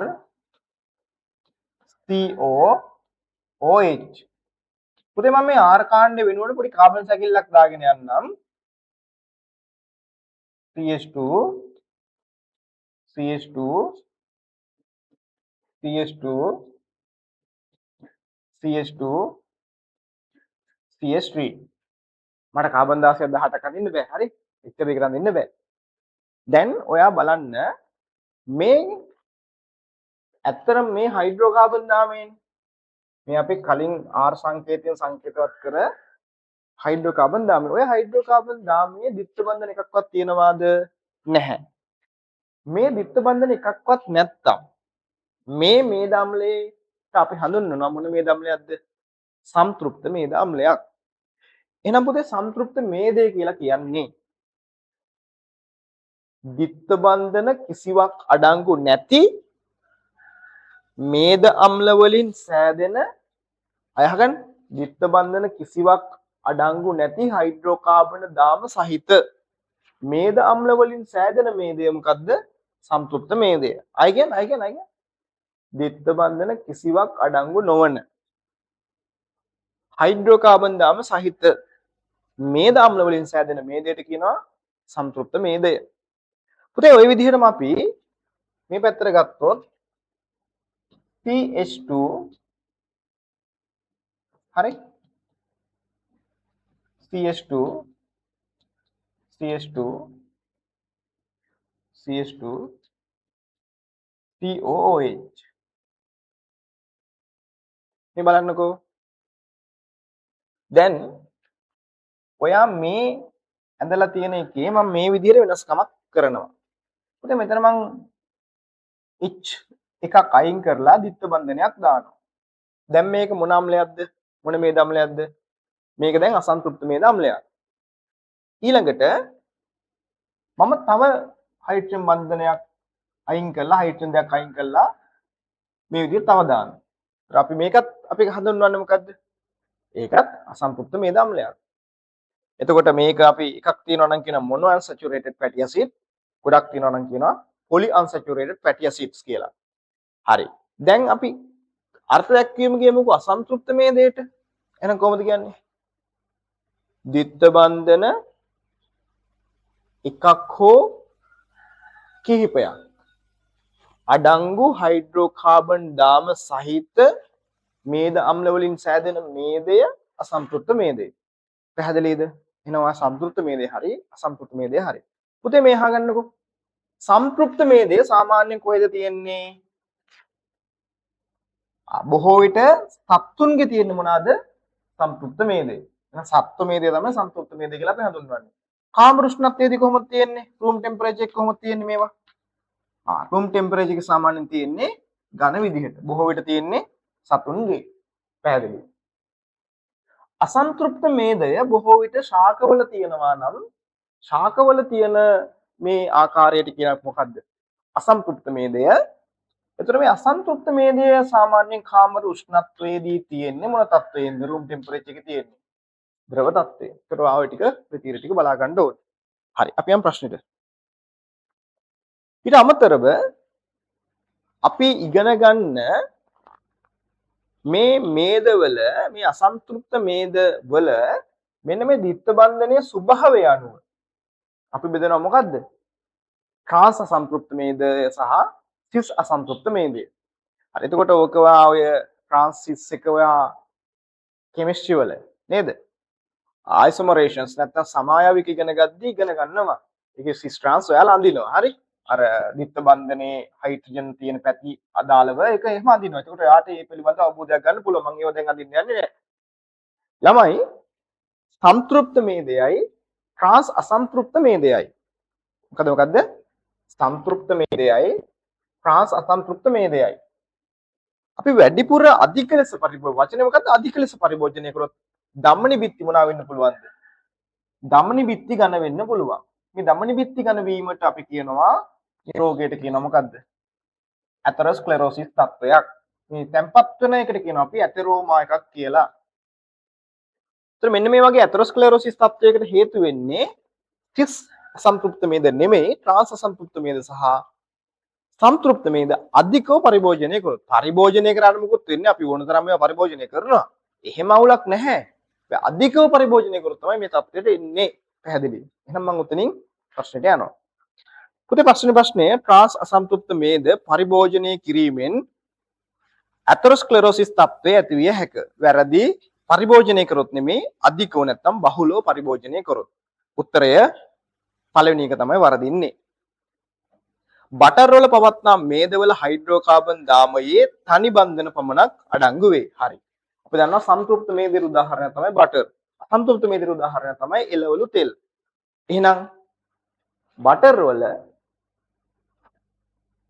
මේද වල හයිඩ්‍රෝකාබන් දාමයේ තනි බන්ධන පමණයි තියෙන්නේ. රිත්ත බන්ධන නැහැ. පිළිතුර නිවැරදි. එළවලු තෙල් වල පවත්නා මේද වල හයිඩ්‍රෝකාබන් දාමයේ තනි බන්ධන පමණක් නොපවතී. ඇත්ත ඒක මොකද්ද අසන්තෘප්ත මේදයක්. මේද අම්ල වල හයිඩ්‍රෝකාබන් දාමයේ ද්විත්ව බන්ධන දරන විට ඒවා අසන්තෘප්ත මේද. හරි. සම්පෘප්ත මේද කාමර උෂ්ණත්වයේදී ඝන වන අතර අසම්පෘප්ත මේද ද්‍රව ලෙස පවතී. පැහැදිලි. සාමාන්‍ය තීරය. හරි. පස්වෙනි ප්‍රශ්න උතනින් අපි අවසන් කරනවා. පැහැදිලි. ඊළඟට ඉක්මනට යන්න. හරි. 6 වෙනි ප්‍රශ්නෙට ටක් ගාලා.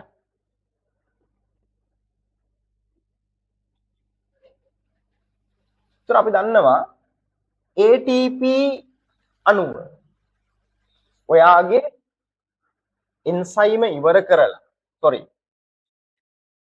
සෛල විභාජනයේ දෙවෙනි පාඩමේ ඉවර කරලා එන්සයිම පටන් ගන්න කලින් අපි කතා කරන කවුරු ගැනද? ATP අණුව ගැන කතා කරනවා. මම චුට්ටක් ATP ගැන වාට අපහු මතක් කිරීමක් කරන්නම්. මේ ATP කියලා කියන්නේ මම මෙතනින් පටන් ගන්නම්කෝ.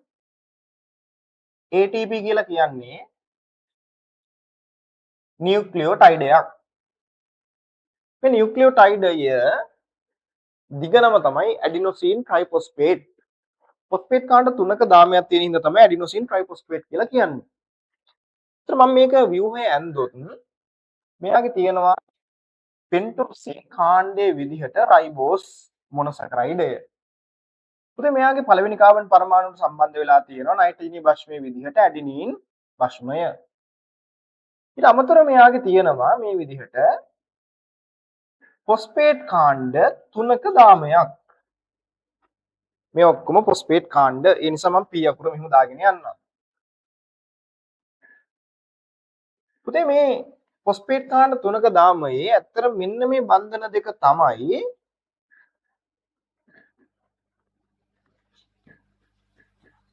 අධිශක්ති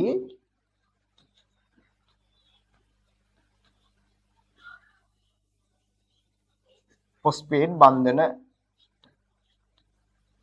ඒතර මෙයාට අධිශක්ති ෆොස්ෆේට් බන්ධන කීයක් තියෙනවද? දෙකක් තියෙනවා. හරි. රයිබෝස් තියෙනවා සීනි විදිහට, පෙන්ටෝස් සීනි විදිහට, ඇඩිනීන් තියෙනවා නයිට්‍රජන් භස්ම විදිහට. ඒ වගේම ෆොස්ෆේට් කාණ්ඩ තුනක දාමයක් තියෙනවා. පැහැදිලි. දැන් ෆොස්ෆේට් කාණ්ඩ තුනක දාමයේ ගොඩක් වෙලාවට මේ අධිශක්ති ෆොස්ෆේට් බන්ධන වල තමයි ශක්තිය ගැබ්බෙලා තියෙන්නේ. ශක්තිය කපඩ වෙලා තියෙන්නේ. දැන් මම ඊළඟට යන්නම් ATP ජල විච්ඡේදනයට. මොකද්ද? ATP ජල විච්ඡේදනයට. හොඳට මතක තියාගන්න ATP ඔක්සිකරණය ඔක්සිහරණය කියලා දෙයක් වෙන්නේ නැහැ. මොකද්ද වෙන්නේ? ජල විච්ඡේදනයක්. දැන් සියලුම ජීවීන්ගේ සර්වක්ති ශක්ති දැන් මේ ශක්ති හුවමාරුවේ සර්වත්‍ර විනිමය විදිහට කටයුතු කරන්නේ කවුද? ATP. ATP වලට පුළුවන් ශක්තිය ගබඩා කරන්න. ATP වලට පුළුවන් ශක්තිය නිදහස් කරන්න. ඒ වගේම ATP වලට පුළුවන් එක් තැනක ඉඳන් තවත් තැනකට ශක්තිය රැගෙන යන්න. හරි. මේ අහන්නකෝ. දැන් ATP ජල විච්ඡේදනය ගත්තාම ඇත්තටම සිද්ධ වෙන්නේ මෙන්න මේ තියෙන අධිශක්ති ෆොස්ෆේට් බන්ධනයක් කඩන එක. මොකද්ද? මේ තියෙන අධිශක්ති ෆොස්ෆේට් බන්ධනයක් කඩන එක තමයි ATP කරන්නේ. එතකොට මේක අධිශක්ති ෆොස්ෆේට් බන්ධනයක් නෙමෙයි ෆොස්ෆේට් බන්ධනයක්. මේකත් අධිශක්ති ෆොස්ෆේට් බන්ධනයක්. පුතේ ගොඩක් සෛලවල කඩන්නේ මේ අග්‍රස්තයේ තියෙන අධිශක්ති ෆොස්ෆේට් බන්ධනය තමයි. පැහැදිලිද? මේ අග්‍රස්තයේ තියෙන ෆොස්ෆේට් බන්ධනය කඩපුවාම පිටවන ශක්තිය 30.5යි කිලෝජූල්. ඒ වගේ සාමාන්‍යයෙන් බන්ධන මවුලයක් ඇදුවොත් මවුලයට කිලෝජූල් 30.5ක් පිට වෙනවා. පිට වෙන නිසා අපි දානවා අදහස් වන නිසා ඍණ ලකුණක් පැහැදිලි. ඉතින් මම මේක සමීකරණ වලට ලියලා පෙන්නනවා ATP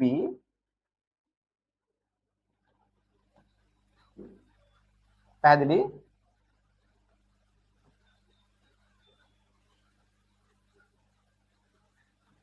මේ ජල අණුවක් දාන්න ඕන. ඒ ජල අණුවක් විච්ඡේදනය වෙනවා මෙතකොට.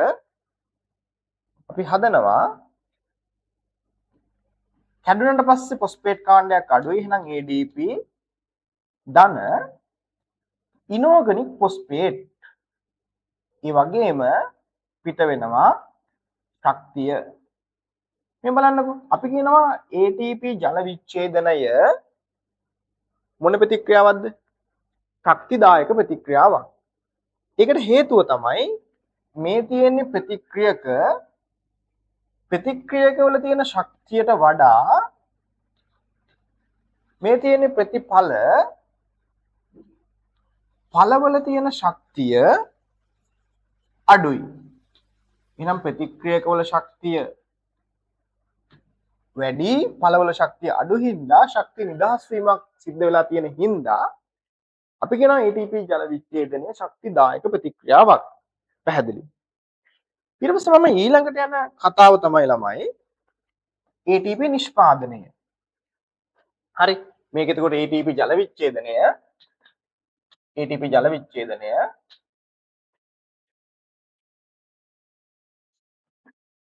එහෙනම් මම යනවා ATP නිෂ්පාදනයට.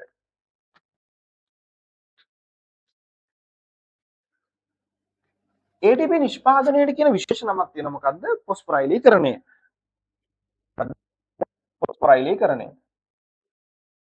ෆොස්ෆොරයිසේෂන්.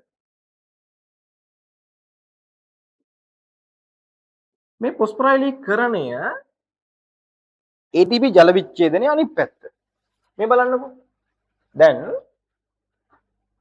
ADP අණුවක් inorganic phosphate කාණ්ඩයක් set කරගන්න නම් එයාට ශක්තිය අවශ්‍ය වෙනවා.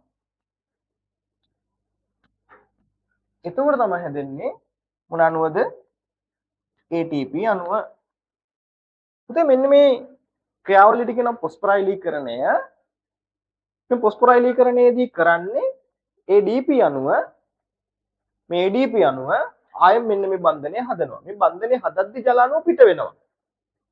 මේ බන්ධනයේ හදද්දි ජල අණුව පිට වෙනවා නම් බන්ධනයේ කඩද්දී පිට වුණ ජල අණුවේ OH එකේ අදාළ තැනට දෙන්න ඕන.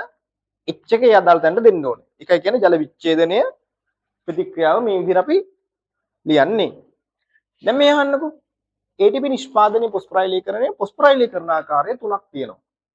මෙන්න මේ ATP නිෂ්පාදනය සඳහා ශක්තිය ලබා ගන්න ආකාරය අපි ගත්තහම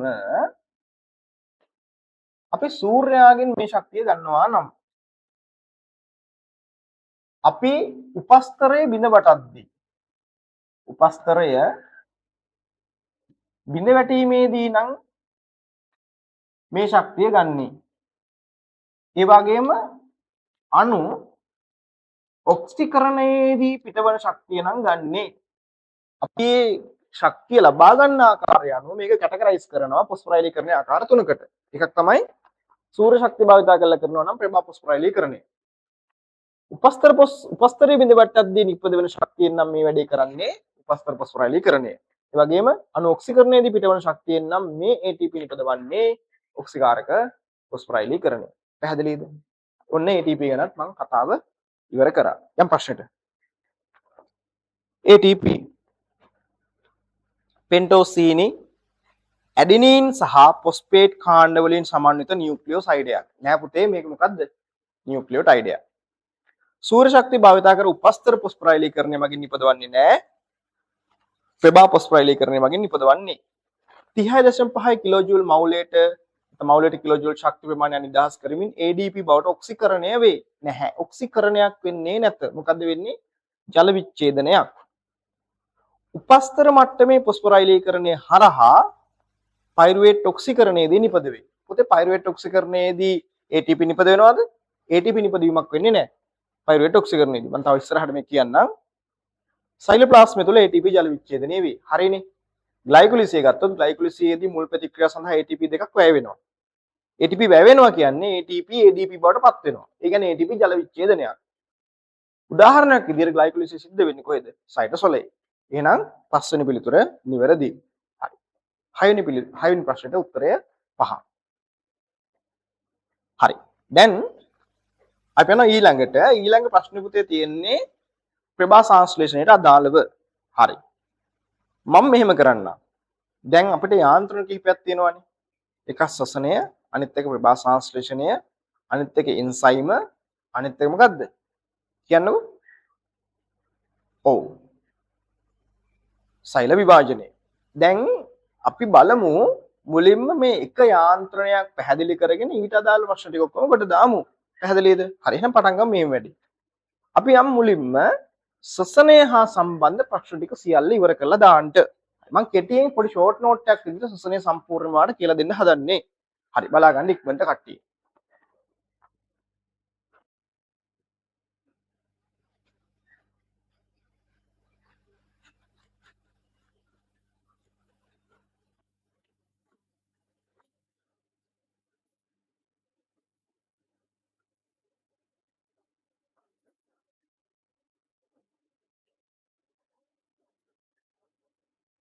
හරි මේ අහන්නකෝ.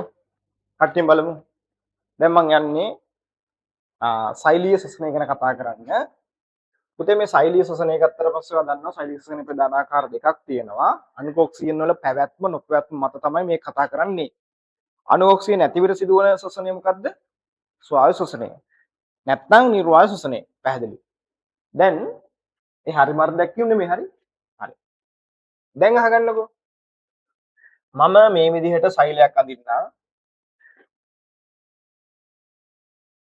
පුතේ සෛලය මම මේ විදිහට මයිටොකොන්ඩ්‍රියමක් අඳින්නා පොඩියට. ඒක දිත්ත පටල මින්ද්‍රිකාවක්. ඇතුල් පටලය මේ විදිහට මියර හදලා තියෙනවා.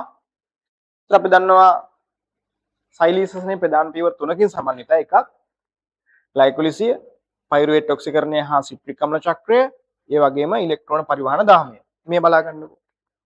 මේ බලා ගන්නකො. පුතේ මෙතන ග්ලයිකොලිසිය ආරම්භ වෙන්නේ මෙතන. ඒ කියන්නේ සයිටෝසොලයේදී.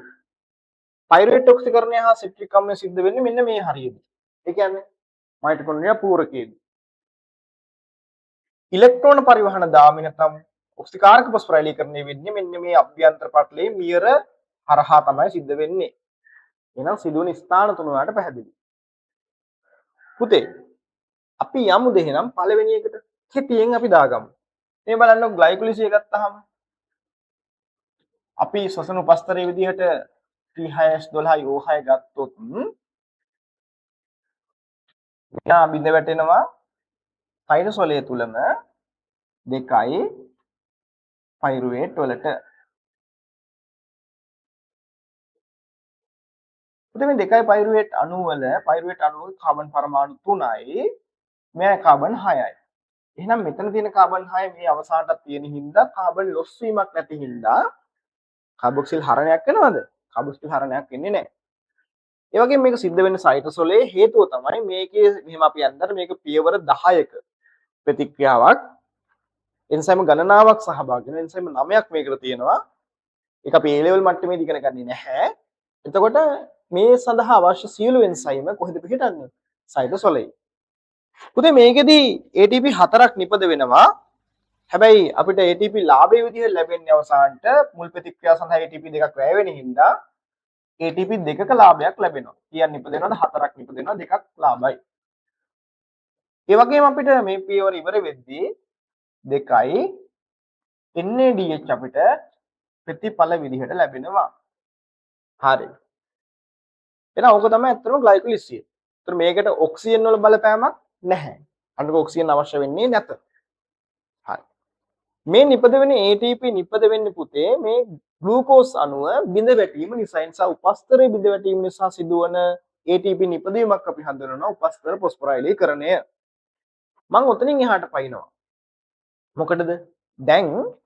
ඔය පයිරුවේට් අණු තියෙනවානේ. මේ තියෙන ඔය පයිරුවේට් අණු. පුතේ පයිරුවේට් අණු ටික තියෙන්නේ කොහෙද? සයිටෝසොලයේ. ඔය ටික සයිටෝසොලයේ නම් කොහෙට යන්න ඕනද? කොහෙට යන්න ඕනද? මයිටොකොන්ඩ්‍රියා පූරකයට යන්න ඕන. පැහැදිලිද? හරි. පයිරුවේට් ටික මයිටොකොන්ඩ්‍රියා පූරකයට යන්න මට පේනව නේද? හරි. අණුක ඔක්සිජන් තිබීම අත්‍යවශ්‍යයි. එන අණුක ඔක්සිජන් නැතිනම් මේ පයිරුවේට් ටික මයිටොකොන්ඩ්‍රියා පූරකයට යන්නේ නැහැ. හරි. ප්‍රශ්නයක් නැහැ. අපි කතා කරන්නේ සෛලීය ශ්වසනයේ ස්වායු ශ්වසනයේ. ඒ නිසා අණුක ඔක්සිජන් පවතින විට දැන් මේ පයිරුවේට් අණු දෙක පයිරුවේට් ඔක්සිකරණය සඳහා කොහෙට යනවද? මයිටොකොන්ඩ්‍රියා පූරකයට යනවා. හරි. මේ බලන්නකෝ. දැන් ඔය පයිරුවේට් අණු දෙක කෙලින්ම මම ලියන්නම්.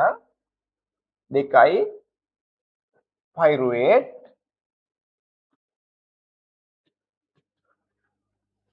මයිටොකොන්ඩ්‍රියා පූරකයට ගිහිල්ලා මෙයා සෙට් කරගන්නවා දෙකයි කොඑන්සයිම් A කොටස් කෑලි දෙකක්. ඒ වගේ මෙතන දෙකයි NAD+ උත් ඉන්නවා. මොකද ඔක්සි පයිරුවේට් ඔක්සිකරණයකට තමයි සූදානම් වෙන්නේ. එහෙනම් කවුරු හරි ඔක්සිහරණයක් වෙන්නත් ඕන. හරි? මෙන්න අහගන්නකෝ. පයිරුවේට් ටික යනවා ඇසිටයිල් CoA අණු දෙකක් බවට පත් වෙනවා. කියන්නේ පයිරුවේට් ඇසිටයිල් CoA බවට ඔක්සිකරණය වීමක් වෙනවා. පුතේ මේ පයිරුවේට් වලට කාබන් පරමාණු 3යිනේ. මේ හැදෙන ඇසිටයිල් කාණ්ඩයට කාබන් පරමාණු 2යි. නිසා කාබන් දෙකක් ලොස් වීමක් වෙලා තියෙනවා. ඒ නිසා ඒ කාබන් ලොස් වෙන්නේ 2යි CO2 විදිහට. ඊළඟ කතාව තමයි පයිරුවේට් ඔක්සිකරණය වෙද්දී එතනදී ඔක්සිහරණය වන ප්‍රභේදය තමයි NAD+. එහෙනම් NAD+ 2යි NADH බවට ඔක්සි හරණය වෙනවා. ඒතර ඔයාලට පැහැදිලි පයිරුවේට් මෙයා බවට මොනවා වෙලා තියෙනවද? ඔක්සිකරණය වෙනකොට ඒ පිට කරන H+ ඉලෙක්ට්‍රෝන ලබා ගන්න කෙනා තමයි NAD+. එහෙනම් මෙයා බවට මොනවා වෙනවද? ඔක්සිකරණය වීමක් සිද්ධ වෙනවා. දැන් ග්ලයිකොලිසිය හරි මේ තියෙන ග්ලයිකොලිසිය මම මෙහෙම රවුමක් දාන්නම්. මේ තියෙන පුතේ පයිරුවේට් ඔක්සිකරණය මම කොටුවක් දාන්නම්.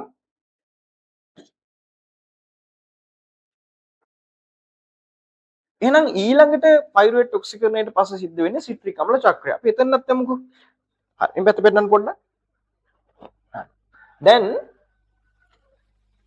මයිටොකොන්ඩ්‍රියා පූරකයේම ඉන්න මෙන්න මෙයා. ඔයා අඳුරනවා මෙයාව. කවුද? ඔක්සැලෝ ඇසිටේට්. පුතේ යාට කාබන් පරමාණු 4යි. මෙයා මේ හදන ඇසිටයිල් CoA වල අපි එක අණුවක් ගමු. හරි අණු දෙක එකක් ගමු.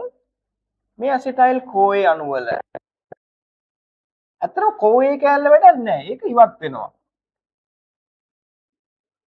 ඇසිටයිල් කාණ්ඩය විතරයි මෙතන යන්නේ. ඇසිටයිල් කාණ්ඩේ කාබන් පරමාණු 2යි මෙයාගේ 4යි. හැදෙන අණුව කාබන් පරමාණු 6යි. එයාගේ නම සිට්‍රේට්. එහෙනම් මේ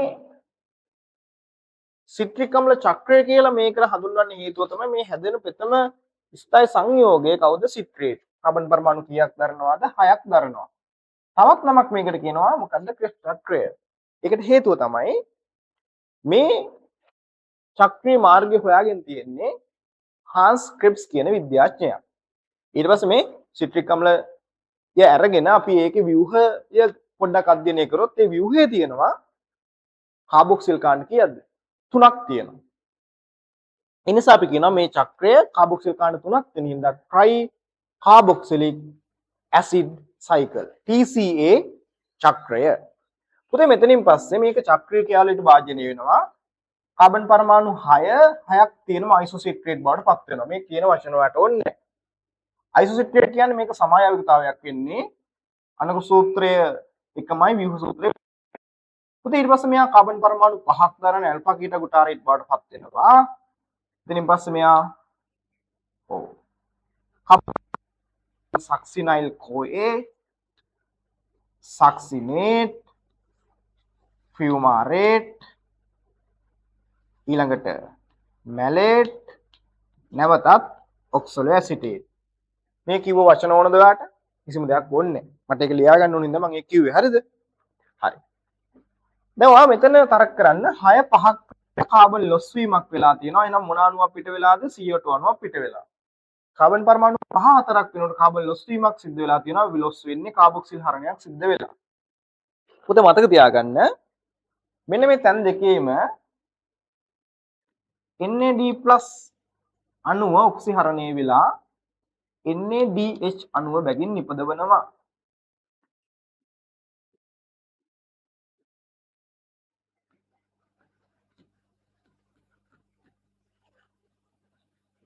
මෙතනදී උපස්තර පොස්පොරයිලීකරණයෙන් එක පෝෂණයක් සඳහා ATP නිපදවීමක් සිද්ධ වෙනවා.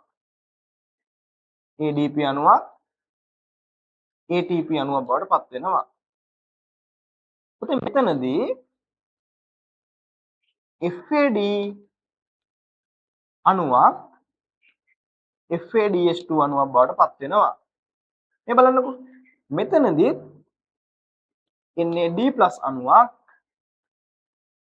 NADH අණුවක් බවට පත් වෙනවා. දැන් අපි මේ චක්‍රය ලිව්වේ ඇසිටයිල් CoA අණු කීයකටද? එකකට. හැබැයි එක ග්ලූකෝස් අණුවකින් පයිරුවේට් අණු දෙකක් හැදෙනවා. ඒ පයිරුවේට් අණු දෙකෙන් ඇසිටයිල් CoA අණු දෙකක් හැදෙනවා. ඒ ඇසිටයිල් CoA අණු දෙකම සිට්‍රික් අම්ල චක්‍රයට සහභාගී වුණොත් මේ ලැබෙන ප්‍රතිඵල මොනා කරන්න ඕනද? දෙගුණ කළ යුතුයි. හරිද? එහෙනම් දෙගුණ කරමුද? එහෙනම් දෙගුණ කරමු. එහෙනම් ඒ ග්ලූකෝස් අණුවක් සඳහාම ලැබෙන කොටස් ටික අපි බැලුවොත් කීයක් ලැබෙනවද? NADH අන්න 6යි NADH ලැබෙනවා. පැහැදිලි? ලැබෙනවා 4යි කාබන් ඩයොක්සයිඩ්. ලැබෙනවා කීයක්ද? 2යි ATP. ඒ වගේම ලැබෙනවා මොනවාද? 2යි FADH2. පුතේ මේ තියෙන්නේ එතකොට සිට්‍රික් අම්ල චක්‍රයේ අන්තඵල සෙට් එක. ඒතර මෙයාගේ අන්තඵල ටිකත් අපි බලමු. මෙයාගේ අන්තඵල පයිරුවේට් ඔක්සිකරණයේ අන්තඵල මොනවාද? 2යි ඇසිටයිල් CoA, 2යි CO2, 2යි NADH. ඔන්න එයාගේ අන්තඵල. පුතේ මෙයාගේ අන්තඵල බලන්න. මොනවාද? 2යි පයිරුවේට්. ATP කීයක් නිපද වෙනවද? ATP 4ක් නිපද වෙනවා. ලාභය කීයද? 2යි අවසාන ලැබෙන්නේ 2යි. ඒ වගේම 2යි NADH.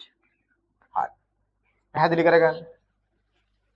දැන් ඔයාලට පේනවා මේ තියෙන ග්ලයිකොලිසියයි මේ තියෙන සිට්‍රික් අම්ල චක්‍රයයි දෙන කනෙක්ට් කරන්නේ කවුරු මගින්ද? මේ ප්‍රතික්‍රියාව මගින් නේද? කාගෙන්ද? පයිරුවේට් ඔක්සිකරණය මගින්.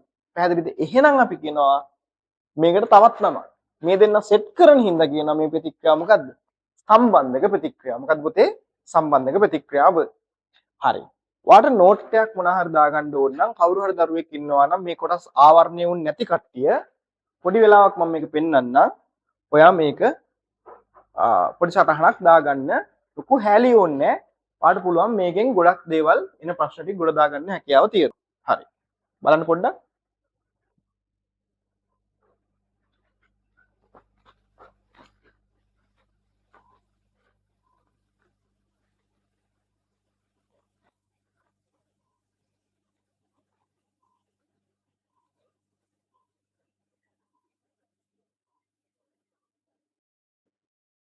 හරි මේ එතකොට ඔයාට ග්ලයිකොලිසිය හරි පයිරුවේට් ඔක්සිකරණය හා සිට්‍රික් අම්ල චක්‍රය හරි. දැන් අපි ඔහොමම වැඩි කතා නැතුව බලමුද ඉලෙක්ට්‍රෝන පරිවහන දාමයත් කෙටියෙන් කොහොමද කියන එක. මේ අහන්නකෝ. කතාව මේකයි. හරිද? මම මෙයාව අයින් කරන්නම්කෝ. පොඩ්ඩකට මට ඉඩ මදි නැත්තම්. දැන් ඔය හැම තැනම තියෙන අන්තඵල තියනවා නේද? අන්තඵල තියනවා නේද? පුතේ ඔය අන්තඵල ටික උස්සන් එනවා. අන්තඵල වලින් මේ ඔක්සේ හරණය වෙච්ච අණු තියනවා නේද? මොනවාද ඔක්සේ හරණය වෙලා තියෙන්නේ? මෙතන NADH අණු දෙකක් ඔක්සිහරණය වෙලා තියෙනවා.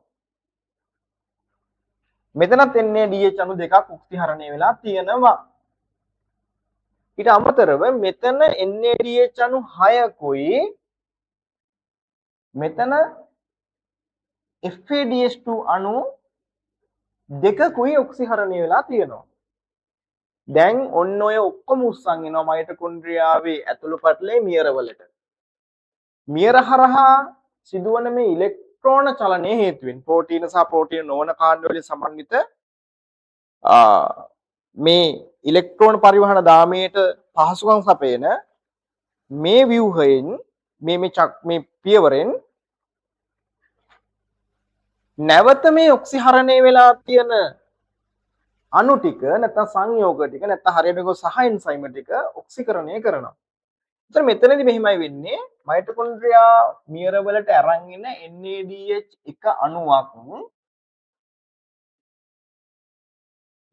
එක අණුවක් හරි ඔක්සිකරණය කරොත් හදනවා ඒ පිටවන ශක්තියෙන් 2.5යි ATP. පැහැදිලි.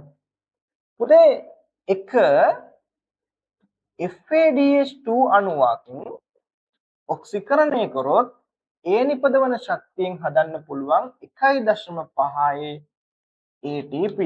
එහෙනම් ඔයා වැඩි කතා නැතුව මට කියන්න ග්ලයිකොලිසිය පයිරුවේට් ඔක්සිකරණය ඒ වගේම සිට්‍රික් අම්ල චක්‍රයේදී කීයක් නිපද වුණාද NADH ග්ලයිකොලිසියේදී 2යි පයිරුවේට් ඔක්සිකරණයේදී 2යි සිට්‍රික් අම්ල චක්‍රයේදී 6යි ඔක්කොම කියන 10යි ඔය 10ම උස්සන් යන කොහෙටද මයිටොකොන්ඩ්‍රියාවේ ඇතුල් පටලේ මියර වලට ගෙනල්ලා මේ බලන්නකෝ ඔය 10ම NADH 10ම ඔක්සිකරණය වෙද්දී ඒ පිටවන ශක්තියෙන් නේද එකකින් 2.5 ගානේ ඔය 10ම පුතේ ATP කීයක් නිෂ්පාදනය වෙනවද 25යි ATP නිෂ්පාදනය වෙනවා ඊට අමතරව ඔයාට පැහැදිලි තවත් සංයෝග දෙකක් තියෙනවා ඒවා තමයි FADH2 මේ FADH2 අණු දෙකත් මයිටොකොන්ඩ්‍රියා මියර හරහා ඔක්සිකරණයට භාජනය වෙද්දී පිටවන ශක්තියෙන් එක අණුවකින් 1.5 ගානේ ATP අණු දෙකෙන්ම 3ක් නිෂ්පාදනය කරනවා. එහෙනම් මේ බලන්නකෝ. මේ ATP අණු එකතුව ගත්තාම මෙතන එනවා කීයක්ද? 28යි ATP. හරි. එහෙනම් මේකට තමයි ළමයි මොකද්ද? ඉලෙක්ට්‍රෝන පරිවහන දාමය නැත්නම් ඔක්සිකාරක පොස්පොරයිලීකරණය. ඔයාලට පැහැදිලි ඔක්සිකාරක පොස්පොරයිලීකරණයෙන් ATP කීයක් නිෂ්පාදනය වෙලාද? 28ක් නිෂ්පාදනය වෙලා. එතකොට මොකද 32 කියන්නේ? හරි 32 කියන්නේ ග්ලයිකොලිසියේ තව දෙකක් උපස්තර පොස්පොරයිලීකරණ නිෂ්පාදනය වුණා. ඊට අමතරව කියන්නේ මොකද්ද? ග්ලයිකොලිසියේදී උපස්තර පොස්පොරයිලීකරණයෙන් දෙකක් නිපදුණා. ඒ වගේම පයිරුවේට් ඔක්සිකරණයේදී සිට්‍රික් අම්ල චක්‍රයේදී තවත් උපස්තර පොස්පොරයිලීකරණයෙන් දෙකක් නිෂ්පාදනය වුණා. එහෙනම් මුළු ATP ගාන ගන්නකොට අපිට ගන්න වෙන්නේ තව උපස්තර පොස්පොරයිලීකරණයෙන් හැදිච්ච ATP හතරක් මේකට ඇඩ් කරන්න ඕන. ඒතර ඔයාලට පැහැදිලි මුළු ATP ගන්න කීයක් එනවද? 32ක් එනවා. හැබැයි අපි දන්නවා කතාවක්. ඔය 32 සත්‍ය වන්නේ අක්මා සෛල, හර්පේස් සෛල වගේ ක්‍රියාකාරී සෛල වලට විතරයි. අනිකුත් සෛලවල මෙන්න මේ හදන පයිරුවේට් දැන් මෙතනදී ඔයා බලන්න ඔය චුට්ටක් මෙතන zoom කරලා බලමු අපි. මෙතන ග්ලයිකොලිසියේදී පුතේ නිෂ්පාදනය වෙනවනේ 2යි NADH අණු දෙකක්. ඒ වගේ මෙතනදී හැදෙනවානේ දෙකයි ATP අණු දෙකක්. ATP අණු දෙකක්. මේ NADH අණු දෙක ඉලෙක්ට්‍රෝන පරිවහන දාමයට මයිටොකොන්ඩ්‍රියා පූරකය හරහා අරන් එනකොට මේ පටලය හරහා අරන් එන්න අනිකුත් සෛල වලින් ග්ලයිකොලිසියේදීම නිපදවපු ATP දෙක මොනා කරනවද? වැය කරනවා. එතකොට අක්මා සෛල, හර්ට්පේස් සෛල හැරුණාම අනිකුත් සෛල බොහෝමයක් සෛල ග්ලයිකොලිසියේදී නිපදවපු NADH දෙක මයිටොකොන්ඩ්‍රියා පූරකයට ගෙනීම සඳහා ග්ලයිකොලිසියේදී නිපදවපු ATP දෙකම වැය කරනවා. එතකොට මොකද්ද කරන්න වෙන්නේ අපිට ATP 32කින් දෙකක් අඩු කරලා ඒ සෛලවල ATP ශුද්ධලාභය අපිට දෙන්න වෙන්නේ කීයද? ATP අණු 30ක් විදිහට. පැහැදිලි. ගැටලුවක් නෑ. හරි. මම දැන් මේකට අදාළ ප්‍රශ්න ටික අපි බලමු. හරි. කට්ටියම එන්න 12 වෙනි ප්‍රශ්නයට. හරි. ග්ලයිකොලිසියේදී ඇති වූ පයිරුවේට් අණු දෙක ස්ටිට්‍රික් අම්ල චක්‍රයට සම්බන්ධ වීමට පෙර සිදුවන සිදුවීම් අතරින් පිළිගත නොහැක්කේ. කියවන්නකෝ. ඔව්.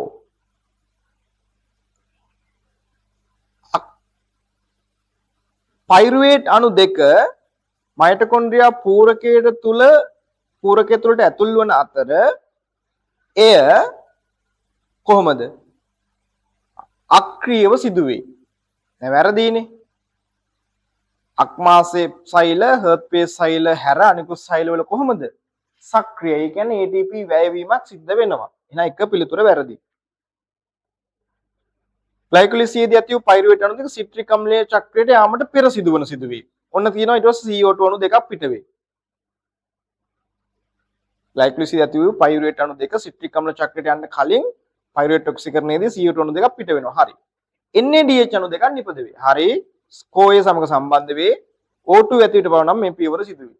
හරියටම හරි. පිළිතුර 1. පොතේ ඊළඟට ඔයාට මේ ආශ්‍රිත ප්‍රශ්නයක් තියෙන්නේ 2024 ආපු ප්‍රශ්නයක් මම දැම්මා. වාගේ 20 වෙනි ප්‍රශ්නේ විදිහට ග්ලයිකොලිසියේදී එක් ග්ලූකෝස් අණුවකින් නිපද වෙන මුළු ATP වගේම NADH සංඛ්‍යාව මුළු ATP ගණන නම් කීයද? කතා දෙකක් නෑ දෙකයි. sorry මුළු ATP ගණන ග්ලයිකොලිසියේදී නිපද වෙන ගණන 4යි. ලාභය 2යි. එහෙනම් මුළු ගාන නිපද වෙන මුළු ගාන අහන්නේ කීයද? 4යි. NADH නම් 2යි. පිළිතුර 4ක් සහ 2ක්. පිළිතුර 5. හරි. තවත් ඒ ආශ්‍රිත ප්‍රශ්නයක් අපි තියනවාද කියලා බැලුවොත්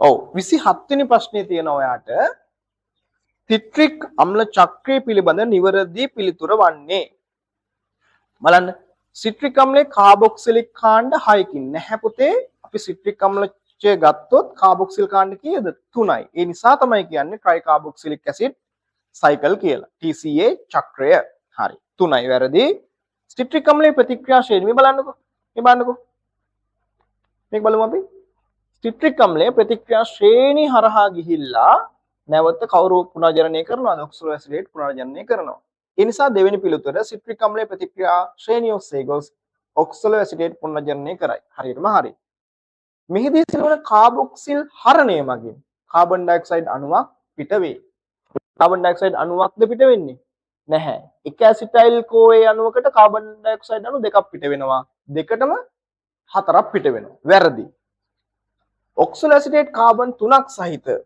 ඇසිටයිල් CoA සමග නෑ පුතේ ඇසිටයිල් CoA වල කාබන් කීයද 3ක් නැහැ 2යි තියෙන්නේ මෙම ක්‍රියාවලිය මයිටොකොන්ඩ්‍රියා මියර තුල නෙමෙයි සිද්ධ වෙන්නේ සිට්‍රික් අම්ලයේ සිද්ධ වෙන්නේ මයිටොකොන්ඩ්‍රියා පූරකයේ 27 වෙනි ප්‍රශ්නයත් හරි අපි තව බැලුවොත් මේ ආශ්‍රිත ප්‍රශ්නයක් තියෙනවද කියලා බැලුවොත් ඔව් එතනින් ස්ථෛලීය ශ්වසනයට අදාළ ස්වායු ශ්වසනයේ ප්‍රශ්න ඉවරයි පුතේ මේ නිර්වායු ශ්වසනයේ ප්‍රශ්න ටිකට අපි යමු නේද නිර්වායු ශ්වසනය එතකොට මේ දැන් ඔයා පාස් පේපර්ස් වල බැලුවොත් ඔයාලට පේනවා ගොඩක් වෙලාවට මේ ලැක්ටික් අම්ල පැසීම ඉතිල් මධ්‍යසාර පැසීම ඔය ආශ්‍රිත ප්‍රශ්නයක් වගන්තියක් කොහේ හරි තියෙනවා පැහැදිලිද එතකොට අපි ඒ පිළිබඳ තියරි ටික අනිවාර්යයෙන්ම හරියට ඔළුවේ ගොඩනගාගෙන ඉන්න ඕන බලමු අපි දැන් සරලව අපි කතා කරොත් නිර්වායු ශ්වසනයේ වෙද්දී අණුක ඔක්සිජන් මොනවා වුණාමද නැති වුණාමනේ එහෙමනේ හරි මේ අහන්නකෝ දැන් මෙතනදී වැඩේ වෙන්නේ මෙන්න මේකයි. දැන් අර කලින් වගේම සෛලයක් මං ආය ඇන්දොත් ඔන්න සෛලය. දැන් මේකේ තියෙනවනේ මයිටොකොන්ඩ්‍රියාව. මේ මයිටොකොන්ඩ්‍රියාවේ තියෙනවනේ ඕම මීර ටිකක් මම ඇදලා පෙන්නන්න මේක මයිටොකොන්ඩ්‍රියාවක් විදිහට පේන්න ඕන හින්දා දැන් ග්ලයිකොලිසිය කොහොමත් වෙනවා. මේ ග්ලයිකොලිසිය සිද්ධ වෙනවා මෙතනදී. ග්ලයිකොලිසියේදී අන්තඵලනේ පයිරුවේට් අණු දෙක. උදේ මෙන්න මේ පයිරුවේට් අණු දෙක මයිටොකොන්ඩ්‍රියා පූරකයට ඇවිල්ලා පයිරුවේට් ඔක්සිකරණය වෙලා ඉදිරි පියවර වලට යන්න නම් අනිවාර්යයෙන්ම තියෙන්න ඕනේ මෙතන අණුක ඔක්සිජන්. අණුක ඔක්සිජන් නැත්නම් මේ කතාව වෙන්නේ නැත. ඉතින් මේ අහන්නකො නිර්වායසනයේ ඔක්සිජන් වල බලපෑමක් නැහැ. ඒ කියන්නේ නිර්වායසනය ඔක්සිජන් නැති කියන්නේ ග්ලයිකොලිසියට ඔක්සිජන් වල බලපෑමක් නැහැ. හරිද? ඒ කියන්නේ නිර්වායසනයේ පළවෙනි පියවර ග්ලයිකොලිසිය, ස්වායසනයේ පළවෙනි පියවර ග්ලයිකොලිසිය. එහෙනම් මේ බලන්නකො ග්ලයිකොලිසිය හැදෙන පයිරුවේට් අණු දෙක මයිටොකොන්ඩ්‍රියා පූරකයට යන්නේ මොනවා තිබ්බොත් අණු ඔක්සිජන් තිබ්බොත් අණු ඔක්සිජන් නැහැනේ. යන්නේ විදිහක් නැහැ. එහෙනම් මෙතනදී ස්ථයිටසොලයේ ඉඳලාම මේ පයිරුවේට් ටික වෙනත් ක්‍රියාවලියකට භාජනය වෙනවා. ඔකට කියනවා පුතේ අපි පැසීම කියලා. මොකද්ද? පැසීම කියලා. මේ පැසීමේ ක්‍රියාවලිය ගන්නකො. මේ පැසීමේ ක්‍රියාවලිය ගොඩාක් තියෙනවා. ඒතර පැසීමේදී හදන අන්තඵලය අණුව තමයි පැසීමට නම ලැබෙන්නේ. උදාහරණයක් විදියට පැසීමක් මගින් නිපද වෙනවා නම් ලැක්ටික් අම්ලය. ඒකේ නම මොකක්ද පැසීමේ? ලැක්ටික් අම්ල පැසීම. තවත් නිදසුනක් විදියට එතිල් මධ්‍යසාරය නිපද වෙනවා නම් පැසීමේ ප්‍රතිඵලයක් විදියට එතකොට ඒ පැසීම එතිල් මධ්‍යසාර පැසීම. එහෙම නැත්නම් ඇසිටික් අම්ලය නිපද වෙනවා නම් ඒ පැසීමේ නම ඇසිටික් අම්ල පැසීම. මේ අහන්නකො දැන් පැසීම් ආකාර ගොඩක් තියෙනවා. නමුත් අපි සුලභව ජීවීන්ගේ සිද්ධ වෙන පැසීම් ආකාර දෙකක් තමයි අපි ඉගෙන ගන්න. මොකක්ද මේ පැසීම් ආකාර දෙක? එතිල් මධ්‍යසාර පැසීමයි ලැක්ටික් අම්ල පැසීමයි. පුතේ මේ බලන්න මේ නිර්වායසනයේට මේ chart එක මතක තියාගන්න. හරිද? මේ chart එකෙන් එහාට ප්‍රශ්න අහන්න ඇත්තටම බැරි තරම්. මම මෙහෙම මේක පෙන්නන්නම් ඔයාට. අපි ගමු T6යි H12යි O6 මේ තියෙන ග්ලූකෝස් ග්ලයිකොලිසි ඉවර වෙනකොට පුතේ මේ ග්ලූකෝස් අණු දෙකයි පයිරුවේට් බවට පත් වෙනවා. දෙකයි පයිරුවේට්. අපි දන්නවා පයිරුවේට් අණුවක කාබන් පරමාණු 3ක් තියෙනවා. ග්ලයිකොලිසියේදී අපිට ලැබෙනවා ලාභයේ විදිහට ATP දෙකක්. ලාභයේ විදිහට ATP දෙකක්. ලාභයේ විදිහට දෙකයි NADH. ඔය මොකද්ද? ග්ලයිකොලිසිය. පුතේ ඔතනින් පස්සේ මේ පයිරුවේට් අණු දෙක මයිටොකොන්ඩ්‍රියා පූරකයට ගිහිල්ලා පයිරුවේට් ඔක්සිකරණය වෙන්න බැහැනේ. එහෙනම් මේ බලන්නකෝ. එක පැසීම් ආකාරයක් තමයි මෙන්න මේ මං ලියන එතිල් මධ්‍යසාර පැසීම. එතිල් මධ්‍යසාර පැසීමේදී මේ පයිරුවේට් අණු දෙක පත් වෙනවා දෙකයි ඇසිටැල්ඩිහයිඩ් බවට. දෙකයි ඇසිටැල්ඩිහයිඩ් බවට. පුතේ මේ ඇසිටැල්ඩිහයිඩ් අණු දෙක ඊට පස්සේ පත් වෙනවා දෙකයි එතිල් මධ්‍යසාරයේ බවට C2H5OH. ඔයාලට පේනවා මේ ඇසිටැල්ඩිහයිඩ් අණුවකට කාබන් පරමාණු දෙකයි. එහෙනම් කාබන් පරමාණු 3ක් කාබන් පරමාණු දෙකක් වෙද්දී කාබන් ලොස් එකක් වෙන්න ඕන. ඒ ලොස් එක වෙන්නේ පයිරුවේට් අණුවකින් CO2 අණුව ගානේ පයිරුවේට් අණු දෙකකින් CO2 අණු කීයක් පිට වෙනවාද? දෙකක් පිට වෙනවා. හරි සරලයි මේක. හරි. ඊළඟට ඇසිටල්ඩිහයිඩ් එතිල් මධ්‍යසාරයේ බවට ඔක්සිහරණය වීමක් තමයි වෙන්නේ. මොකද්ද වෙන්නේ? ඔක්සිහරණය වීමක්. ඔක්සිහරණය තනියෙන් වෙන්නේ නැහනේ. එහෙනම් මොකක් වෙන්න ඕනද? ඔක්සිකරණයක් වෙන්න ඕන. මෙතන ඔක්සිකරණය වෙන්න වෙන කවුරුත් නැහැ. ආන් අර උඩ ග්ලයිකොලිසියේදී නිපදවපු NADH අණු දෙකම තමයි මෙතනදී ඔක්සිකරණය වෙන්නේ. මේ බලන්නකෝ. අර ග්ලයිකොලිසියේදී හැදුණු දෙකයි NADH මෙතනදී දෙකයි NAD+ බවට පත් වෙද්දී පිට වෙනවනේ හයිඩ්‍රජන් එහෙම ඉලෙක්ට්‍රෝන එහෙම ඕවා ලබාගෙන තමයි කවුද ඇසිටල්ඩිහයිඩ් එතිල් මධ්‍යසාරය බවට ඔක්සිහරණය වෙන්නේ. එහෙනම් ඇසිටල්ඩිහයිඩ් එතිල් මධ්‍යසාරය බවට ඔක්සිහරණය වෙන්නේ මෙයා ඔක්සිකරණයෙන් පිට කරන හයිඩ්‍රජන් ලබාගෙන. එතකොට මේ අහන්නකෝ. පුතේ මේ පියවර ඔයාට පැහැදිලිය මොකද්ද?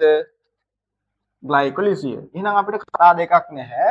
නිර්වාය ශ්වසනයේ පළවෙනි පියවර මොකද්ද? ග්ලයිකොලිසිය. ග්ලයිකොලිසිය.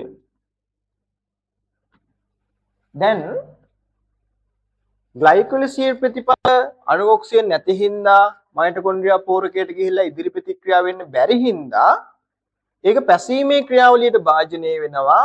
ඒකෙදී පයිරුවේට් පියවර දෙකකින් මුලින්ම පයිරුවේට් ඇසිටල්ඩිහයිඩ් බවටත් ඇසිටල්ඩිහයිඩ් දෙවන පියවරේදී එතිල් මධ්‍යසාරය බවටත් ඔක්සිහරණය වෙනවා. මේ සම්පූර්ණ ක්‍රියාවලියට තමයි එතකොට අපි කියන්නේ මොකක්ද? එතිල් මධ්‍යසාර පැසීම. පුතේ මේ සම්පූර්ණ ප්‍රතික්‍රියාව තමයි එතිල් මධ්‍යසාර පැසීම. එතිල් මධ්‍යසාර පැසීම. හරි. මේ බලන්න මේ එතිල් මධ්‍යසාර පැසීමේ අවසන් හයිඩ්‍රජන් ප්‍රතිග්‍රාහකයා කවුද? කවුද? ඇසිටල්ඩිහයිඩ් නේද? අවසන් H+ ප්‍රතිග්‍රාහකයා. ඔයාට අමතකයි නම් මේවාට පුළුවන් මම දන්නවා. මේක ආපහු අමතකයි නම් මෙන්න ඔයාට රිෆ්‍රෙෂ් කරගන්න ආපහු අවස්ථාවක් තියෙනවා. පුතේ මෙතනදී මම කෙටියෙන් දාන්නම් මේක සිදු කරන ස්ථූලභ ජීවියා කවුද? එතිල් මධ්‍යසාර පැසීම සිද්ධ කරන සුලභ ජීවියා තමයි ඊස්ට්. කවුද ඊස්ට්? ඊස්ට් කියන්නේ කවුද? දිලීරයක් නේද? හරි. ඔය අපි කතා කරන එතිල් මධ්‍යසාර පැසීම. අපි යන්කෝ එහෙනම් ලැක්ටික් අම්ල පැසීමට. ඉතින් ලැක්ටික් අම්ල පැසීමත් මම මේ chart එකට සම්බන්ධ කරන්නම්. ඒකෙදි පියවරක් නැහැ. සිජුවම අන්තඵලය වන ලැක්ටික් අම්ලය බවට පත් වෙනවා. ලැක්ටික් අම්ලය. පුතේ ලැක්ටික් අම්ලයටත් කාබන් පරමාණු කීයක් තියෙනවද? කාබන් පරමාණු 3යි. ඒ නිසා පයිරුවේට් අණු දෙකෙන් ලැක්ටික් අම්ල අණු දෙකක් නිර්මාණය වෙනවා. ඔයාට පේනවා මෙතන කාබන් 3 වරක් 2 6යි මෙතන 3 වරක් 2 6 තියෙන හින්දා කාබන් ලොස් වීමක් මේ අතරතුරදී වෙලා නැහැ. ඒ කියන්නේ කාබොක්සිල් හරණයක් වෙන්නේ නැහැ. ඊළඟට මෙතනදී පයිරුවේට් ඍජුවම අන්තඵලය වුණ ලැක්ටික් අම්ලයෙන් බවට ඔක්සිහරණය වීමක් තමයි වෙන්නේ. එහෙනම් එතන ඔක්සිහරණය වෙනකොටත් කවුරු හරි ඔක්සිකරණය වෙන්න ඕන. එතනත් අර ග්ලයිකොලිසියේදී නිපදවපු NADH අණු දෙකම තමයි NAD+ බවට මොනවා වෙන්නේද? ඔක්සිකරණය වෙන්නේ. හරි. දැන් මෙතනදී පිටවන හයිඩ්‍රජන් තියෙනවනේ. ඔය හයිඩ්‍රජන් ටික ප්‍රතිග්‍රහණය කරන්නේ කවුද? පයිරුවේට්. එතන ඔයාලට පැහැදිලි මෙතන ඉඳන් මේ ග්ලයිකොලිසියත් එක්කම අදාළව මෙන්න මේ පියවර ගත්තොත් මෙයාට අපිට නමක් දෙන්න පුළුවන් කලින් වගේම මොන අම්ල පැසීමද? ලැක්ටික් අම්ල පැසීම. ලැක්ටික් අම්ල පැසීම. හරි. ඊළඟට මේ ලැක්ටික් අම්ල පැසීම දී බලන්න අවසාන හයිඩ්‍රජන් ටික ගන්න කවුද කියලා. එහෙනම් කවුද මෙතන අවසාන හයිඩ්‍රජන් ප්‍රතිග්‍රාහකයා? කවුද? පයිරුවේට් නේද? අවසාන H+ ප්‍රතිග්‍රාහකයා. පුතේ ඊට පස්සේ බලන්න මේක සුලභව සිද්ධ කරන ජීවියා කවුද කියලා? සුලභ ජීවියා. කවුද මේ සුලභ ජීවියා? සුලභ ජීවියා තමයි ඔය යෝගට් මුදෝපු කිරි නිෂ්පාදනය කරන්න දායක වන ලැක්ටික් අම්ල බැක්ටීරියා. ලැක්ටික් අම්ල බැක්ටීරියා. හරි. මේ තියෙන්නේ බලන්න අපි කට්ටියම බලන්න සමස්ත මේ කොටස මේ තියෙන්නේ පුතේ ඔයාට නිර්වායු ශ්වසනයට අදාළව ඔයාට ගහ ගන්න පුළුවන් හොඳම chart එක. ඒතර මේක මම තව දුරටත් පොඩ්ඩක් කියලා දුන්නොත් ග්ලයිකොලිසිය කියන පියවර ඔක්සිජන් වල බලපෑමක් නැති හින්දා කොහොමද සිද්ධ වෙනවා? ඒක නිර්වායු ශ්වසන ඒවා ස්වායු ශ්වසන ඒවා දෙකේම සිද්ධ වෙනවා. එතකොට මේ බලන්නකෝ ග්ලයිකොලිසියේදී හැදෙන අන්තපලවන පයිරුවේට් මයිටොකොන්ඩ්‍රියා පූරකයට ගිහිල්ලා ඉදිරි ප්‍රතික්‍රියාවලට ලක් වෙන්න නම් එක කන්ඩිෂන් එකක් තියෙන්න ඕන අනිවාර්යයෙන්. මොකක්ද ඒ? තෘප්ත කරන්න ඕන කන්ඩිෂන් එක. අණුක ඔක්සිජන් තියෙන්න ඕනේ. අණුක ඔක්සිජන් නෑ නිර්වායු ශ්වසනේ. එහෙනම් තවදුරටත් පයිරුවේට් බිඳ වැටිලා ඒ පයිරුවේට් වලින් ATP නිපදවන්න නිර්වායු ශ්වසනයේදී බෑ. හැබැයි මේ පයිරුවේට් ටික පැසීමේ ක්‍රියාවලියට භාජනය වෙනවා. අපි මෙතන ඉගෙන ගන්න පැසීම් ආකාර දෙකක්. පැසීමට නම හම්බ වෙන්නේ අවසාන ප්‍රතිඵලය අනුව. අවසාන ප්‍රතිඵලය ඉතිල් මධ්‍යසාර නම් පැසීමේ නම ඉතිල් මධ්‍යසාර පැසීම. අවසාන ප්‍රතිඵලය ලැක්ටික් අම්ලයේ නම් පැසීමේ නම ලැක්ටික් අම්ල පැසීම. මේ පයිරුවේට් අණු දෙක පියවර දෙකකින් පළවෙනි පියවරේදී ඇසිටල්ඩිහයිඩ් අණු දෙකක් බවටත් ඊළඟ පියවරේදී ඉතිල් මධ්‍යසාර අණු දෙකක් බවට පත් වෙනවා. ඒකට ඔයාලට පේනවා කාබොක්සිල් හරණයක සිද්ධ වෙනවා. හරි. ලැක්ටික් අම්ල පැසීමේදී පයිරුවේට් ඍජුවම අන්තඵලය වෙන ලැක්ටික් අම්ලය බවට පත් වෙනකොට කාබොක්සිල් හරණයක් සිද්ධ වෙලා නැහැ. ඒතර මේ කාබොක්සිල් හරණය විශේෂයි එකක වෙනවා අනිත් එකේ වෙන්නේ ඔන්න වෙනසක්. ඒතර මෙතනදී බලන්න මේ දෙන්නගේ අවසන් හයිඩ්‍රජන් ප්‍රතිග්‍රාහකයෝ දෙන්න වෙනස්. එක්කෙනෙක් ඇසිටල්ඩිහයිඩ් අනිත් කෙනාගේ පයිරුවේට්. හැබැයි දෙන්නම කාබනික සංයෝග. හරි නේද එහෙනම් ඒ ටික? හරි. පොඩ්ඩක් බලා ගන්න මේක. අවශ්‍ය කට්ටිය චුට්ටක් දාගන්න.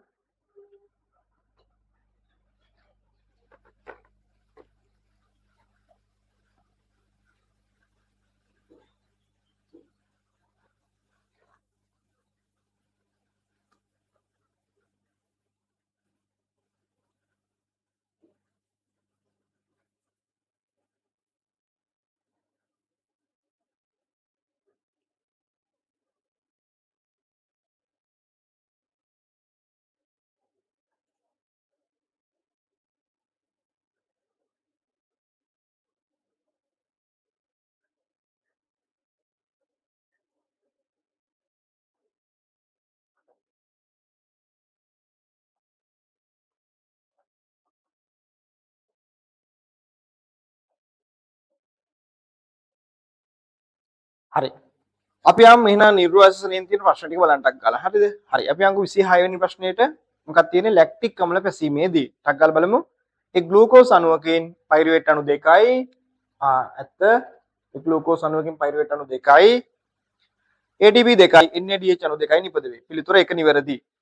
ඉතා සුලභව ඊස්ට් යන ජීවීන් ලැක්ටික් අම්ල නැහැ. ඒක කරන්නේ ඊස්ට් නෙමෙයි සුලභ ජීවියා ලැක්ටික් අම්ල බැක්ටීරියා. වැරදි.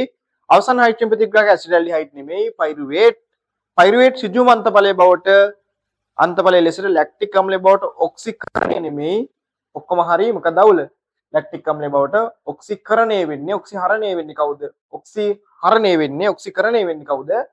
NADH. එහෙනම් ඔක්සිකරණය නෙමෙයි ඔක්සිහරණය. ග්ලයිකොලිසිය පළමු පියවර අතර පියවර දෙකක් මගින් නෙමෙයි ලැක්ටික් අම්ල පැසීම සිද්ධ වෙන්නේ. ඍජුවම තමයි වෙන්නේ. පියවර දෙකකින් වෙන්නේ ඉතිල් මධ්‍යසාර පැසීම. හරි. පිළිතුර 26ට 1. පුතේ ඔහොමම අපි යමු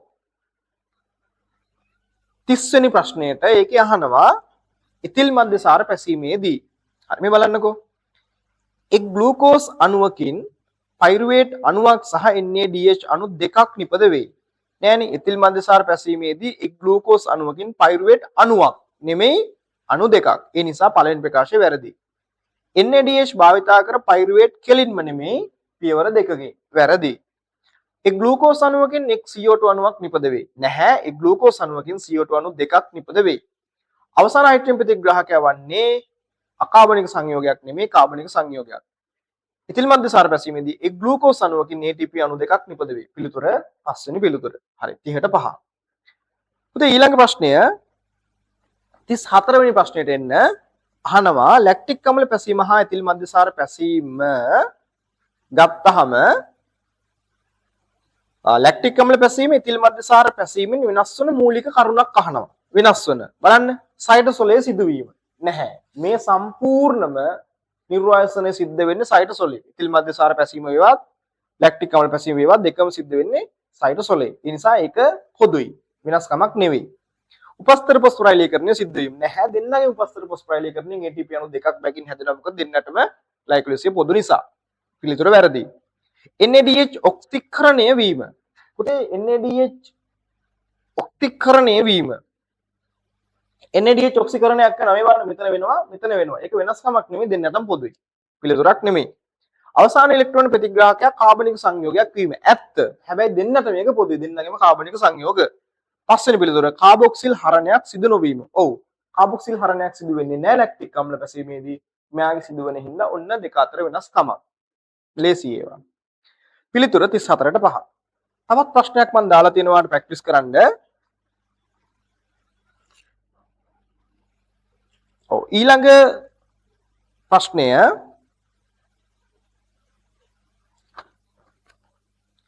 47 වෙනි ප්‍රශ්නය එතිල් මධ්‍යසාර පැසීම සහ ලැක්ටික් අම්ල පැසීම යන දෙකටම පොදු වන්නේ පහත සඳහන් ඒවායින් කුමක්ද? බලමුද. පොදු එක. එක් ග්ලූකෝස් අණුවක් පයිරුවේට් අණු දෙකක් බවට පත්වීම දෙකටම පොදුයි. එක් ග්ලූකෝස් අණුවක් පයිරුවේට් අණු දෙකක් හැදෙනවා. හරි. ATP අණු දෙකක් සහ හරි ATP අණු දෙකක් නිදහස් වෙනවා. NADH අණු දෙකක් නිදහස් වීම. පුතේ වැරදි.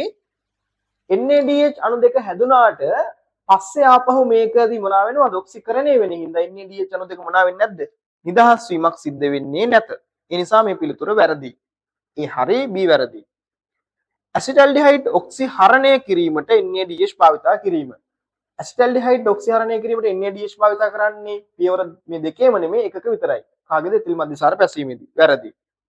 අවසාන හයිඩ්‍රජන් ප්‍රතිග්‍රාහකයක් කාබනික සංයෝගයක් වීම දෙන්නටම පොදුයි. ප්‍රශ්නයක් නැහැ. D හරි. එක් කාබන් ඩයොක්සයිඩ් අණුවක් නිදහස් වීම. ඒක වැරදි. කාබන් ඩයොක්සයිඩ් අණුවක් දෙකේම නිදහස් වෙන්නේ නැහැ. අනිත් එක කාබන් ඩයොක්සයිඩ් අණු දෙකක් තමයි නිදහස් වෙන්නේ. එතිල් මධ්‍යසාර පැසීමේදී එක් ග්ලූකෝස් අණුවකට. එහෙනම් පිළිතුරු විදිහට ගන්න පුළුවන් වෙන්නේ A සහ D පිළිතුර පහ නිවැරදි වෙනවා. හරි. ඔන්න එහෙනම් ඔයාලට සසනය ගැන සම්පූර්ණ කියන්නේ ගොඩක් ඉක්මනින් පොඩි ෂෝට් නෝට් එකක් එක්කම ස්ථෛලීය සසනයේ ස්වායු සසනයේ වගේම නිර්වායු සසනය ගැන පොඩි අවබෝධයක් ගන්න මේ ප්‍රශ්න ටික සහ මේ සාකච්ඡාවට ප්‍රයෝජනවත් වෙන්න ඇති. හරි. අපි එහෙනම් ඊළඟ ප්‍රශ්න වලට ඉක්මනට යමු.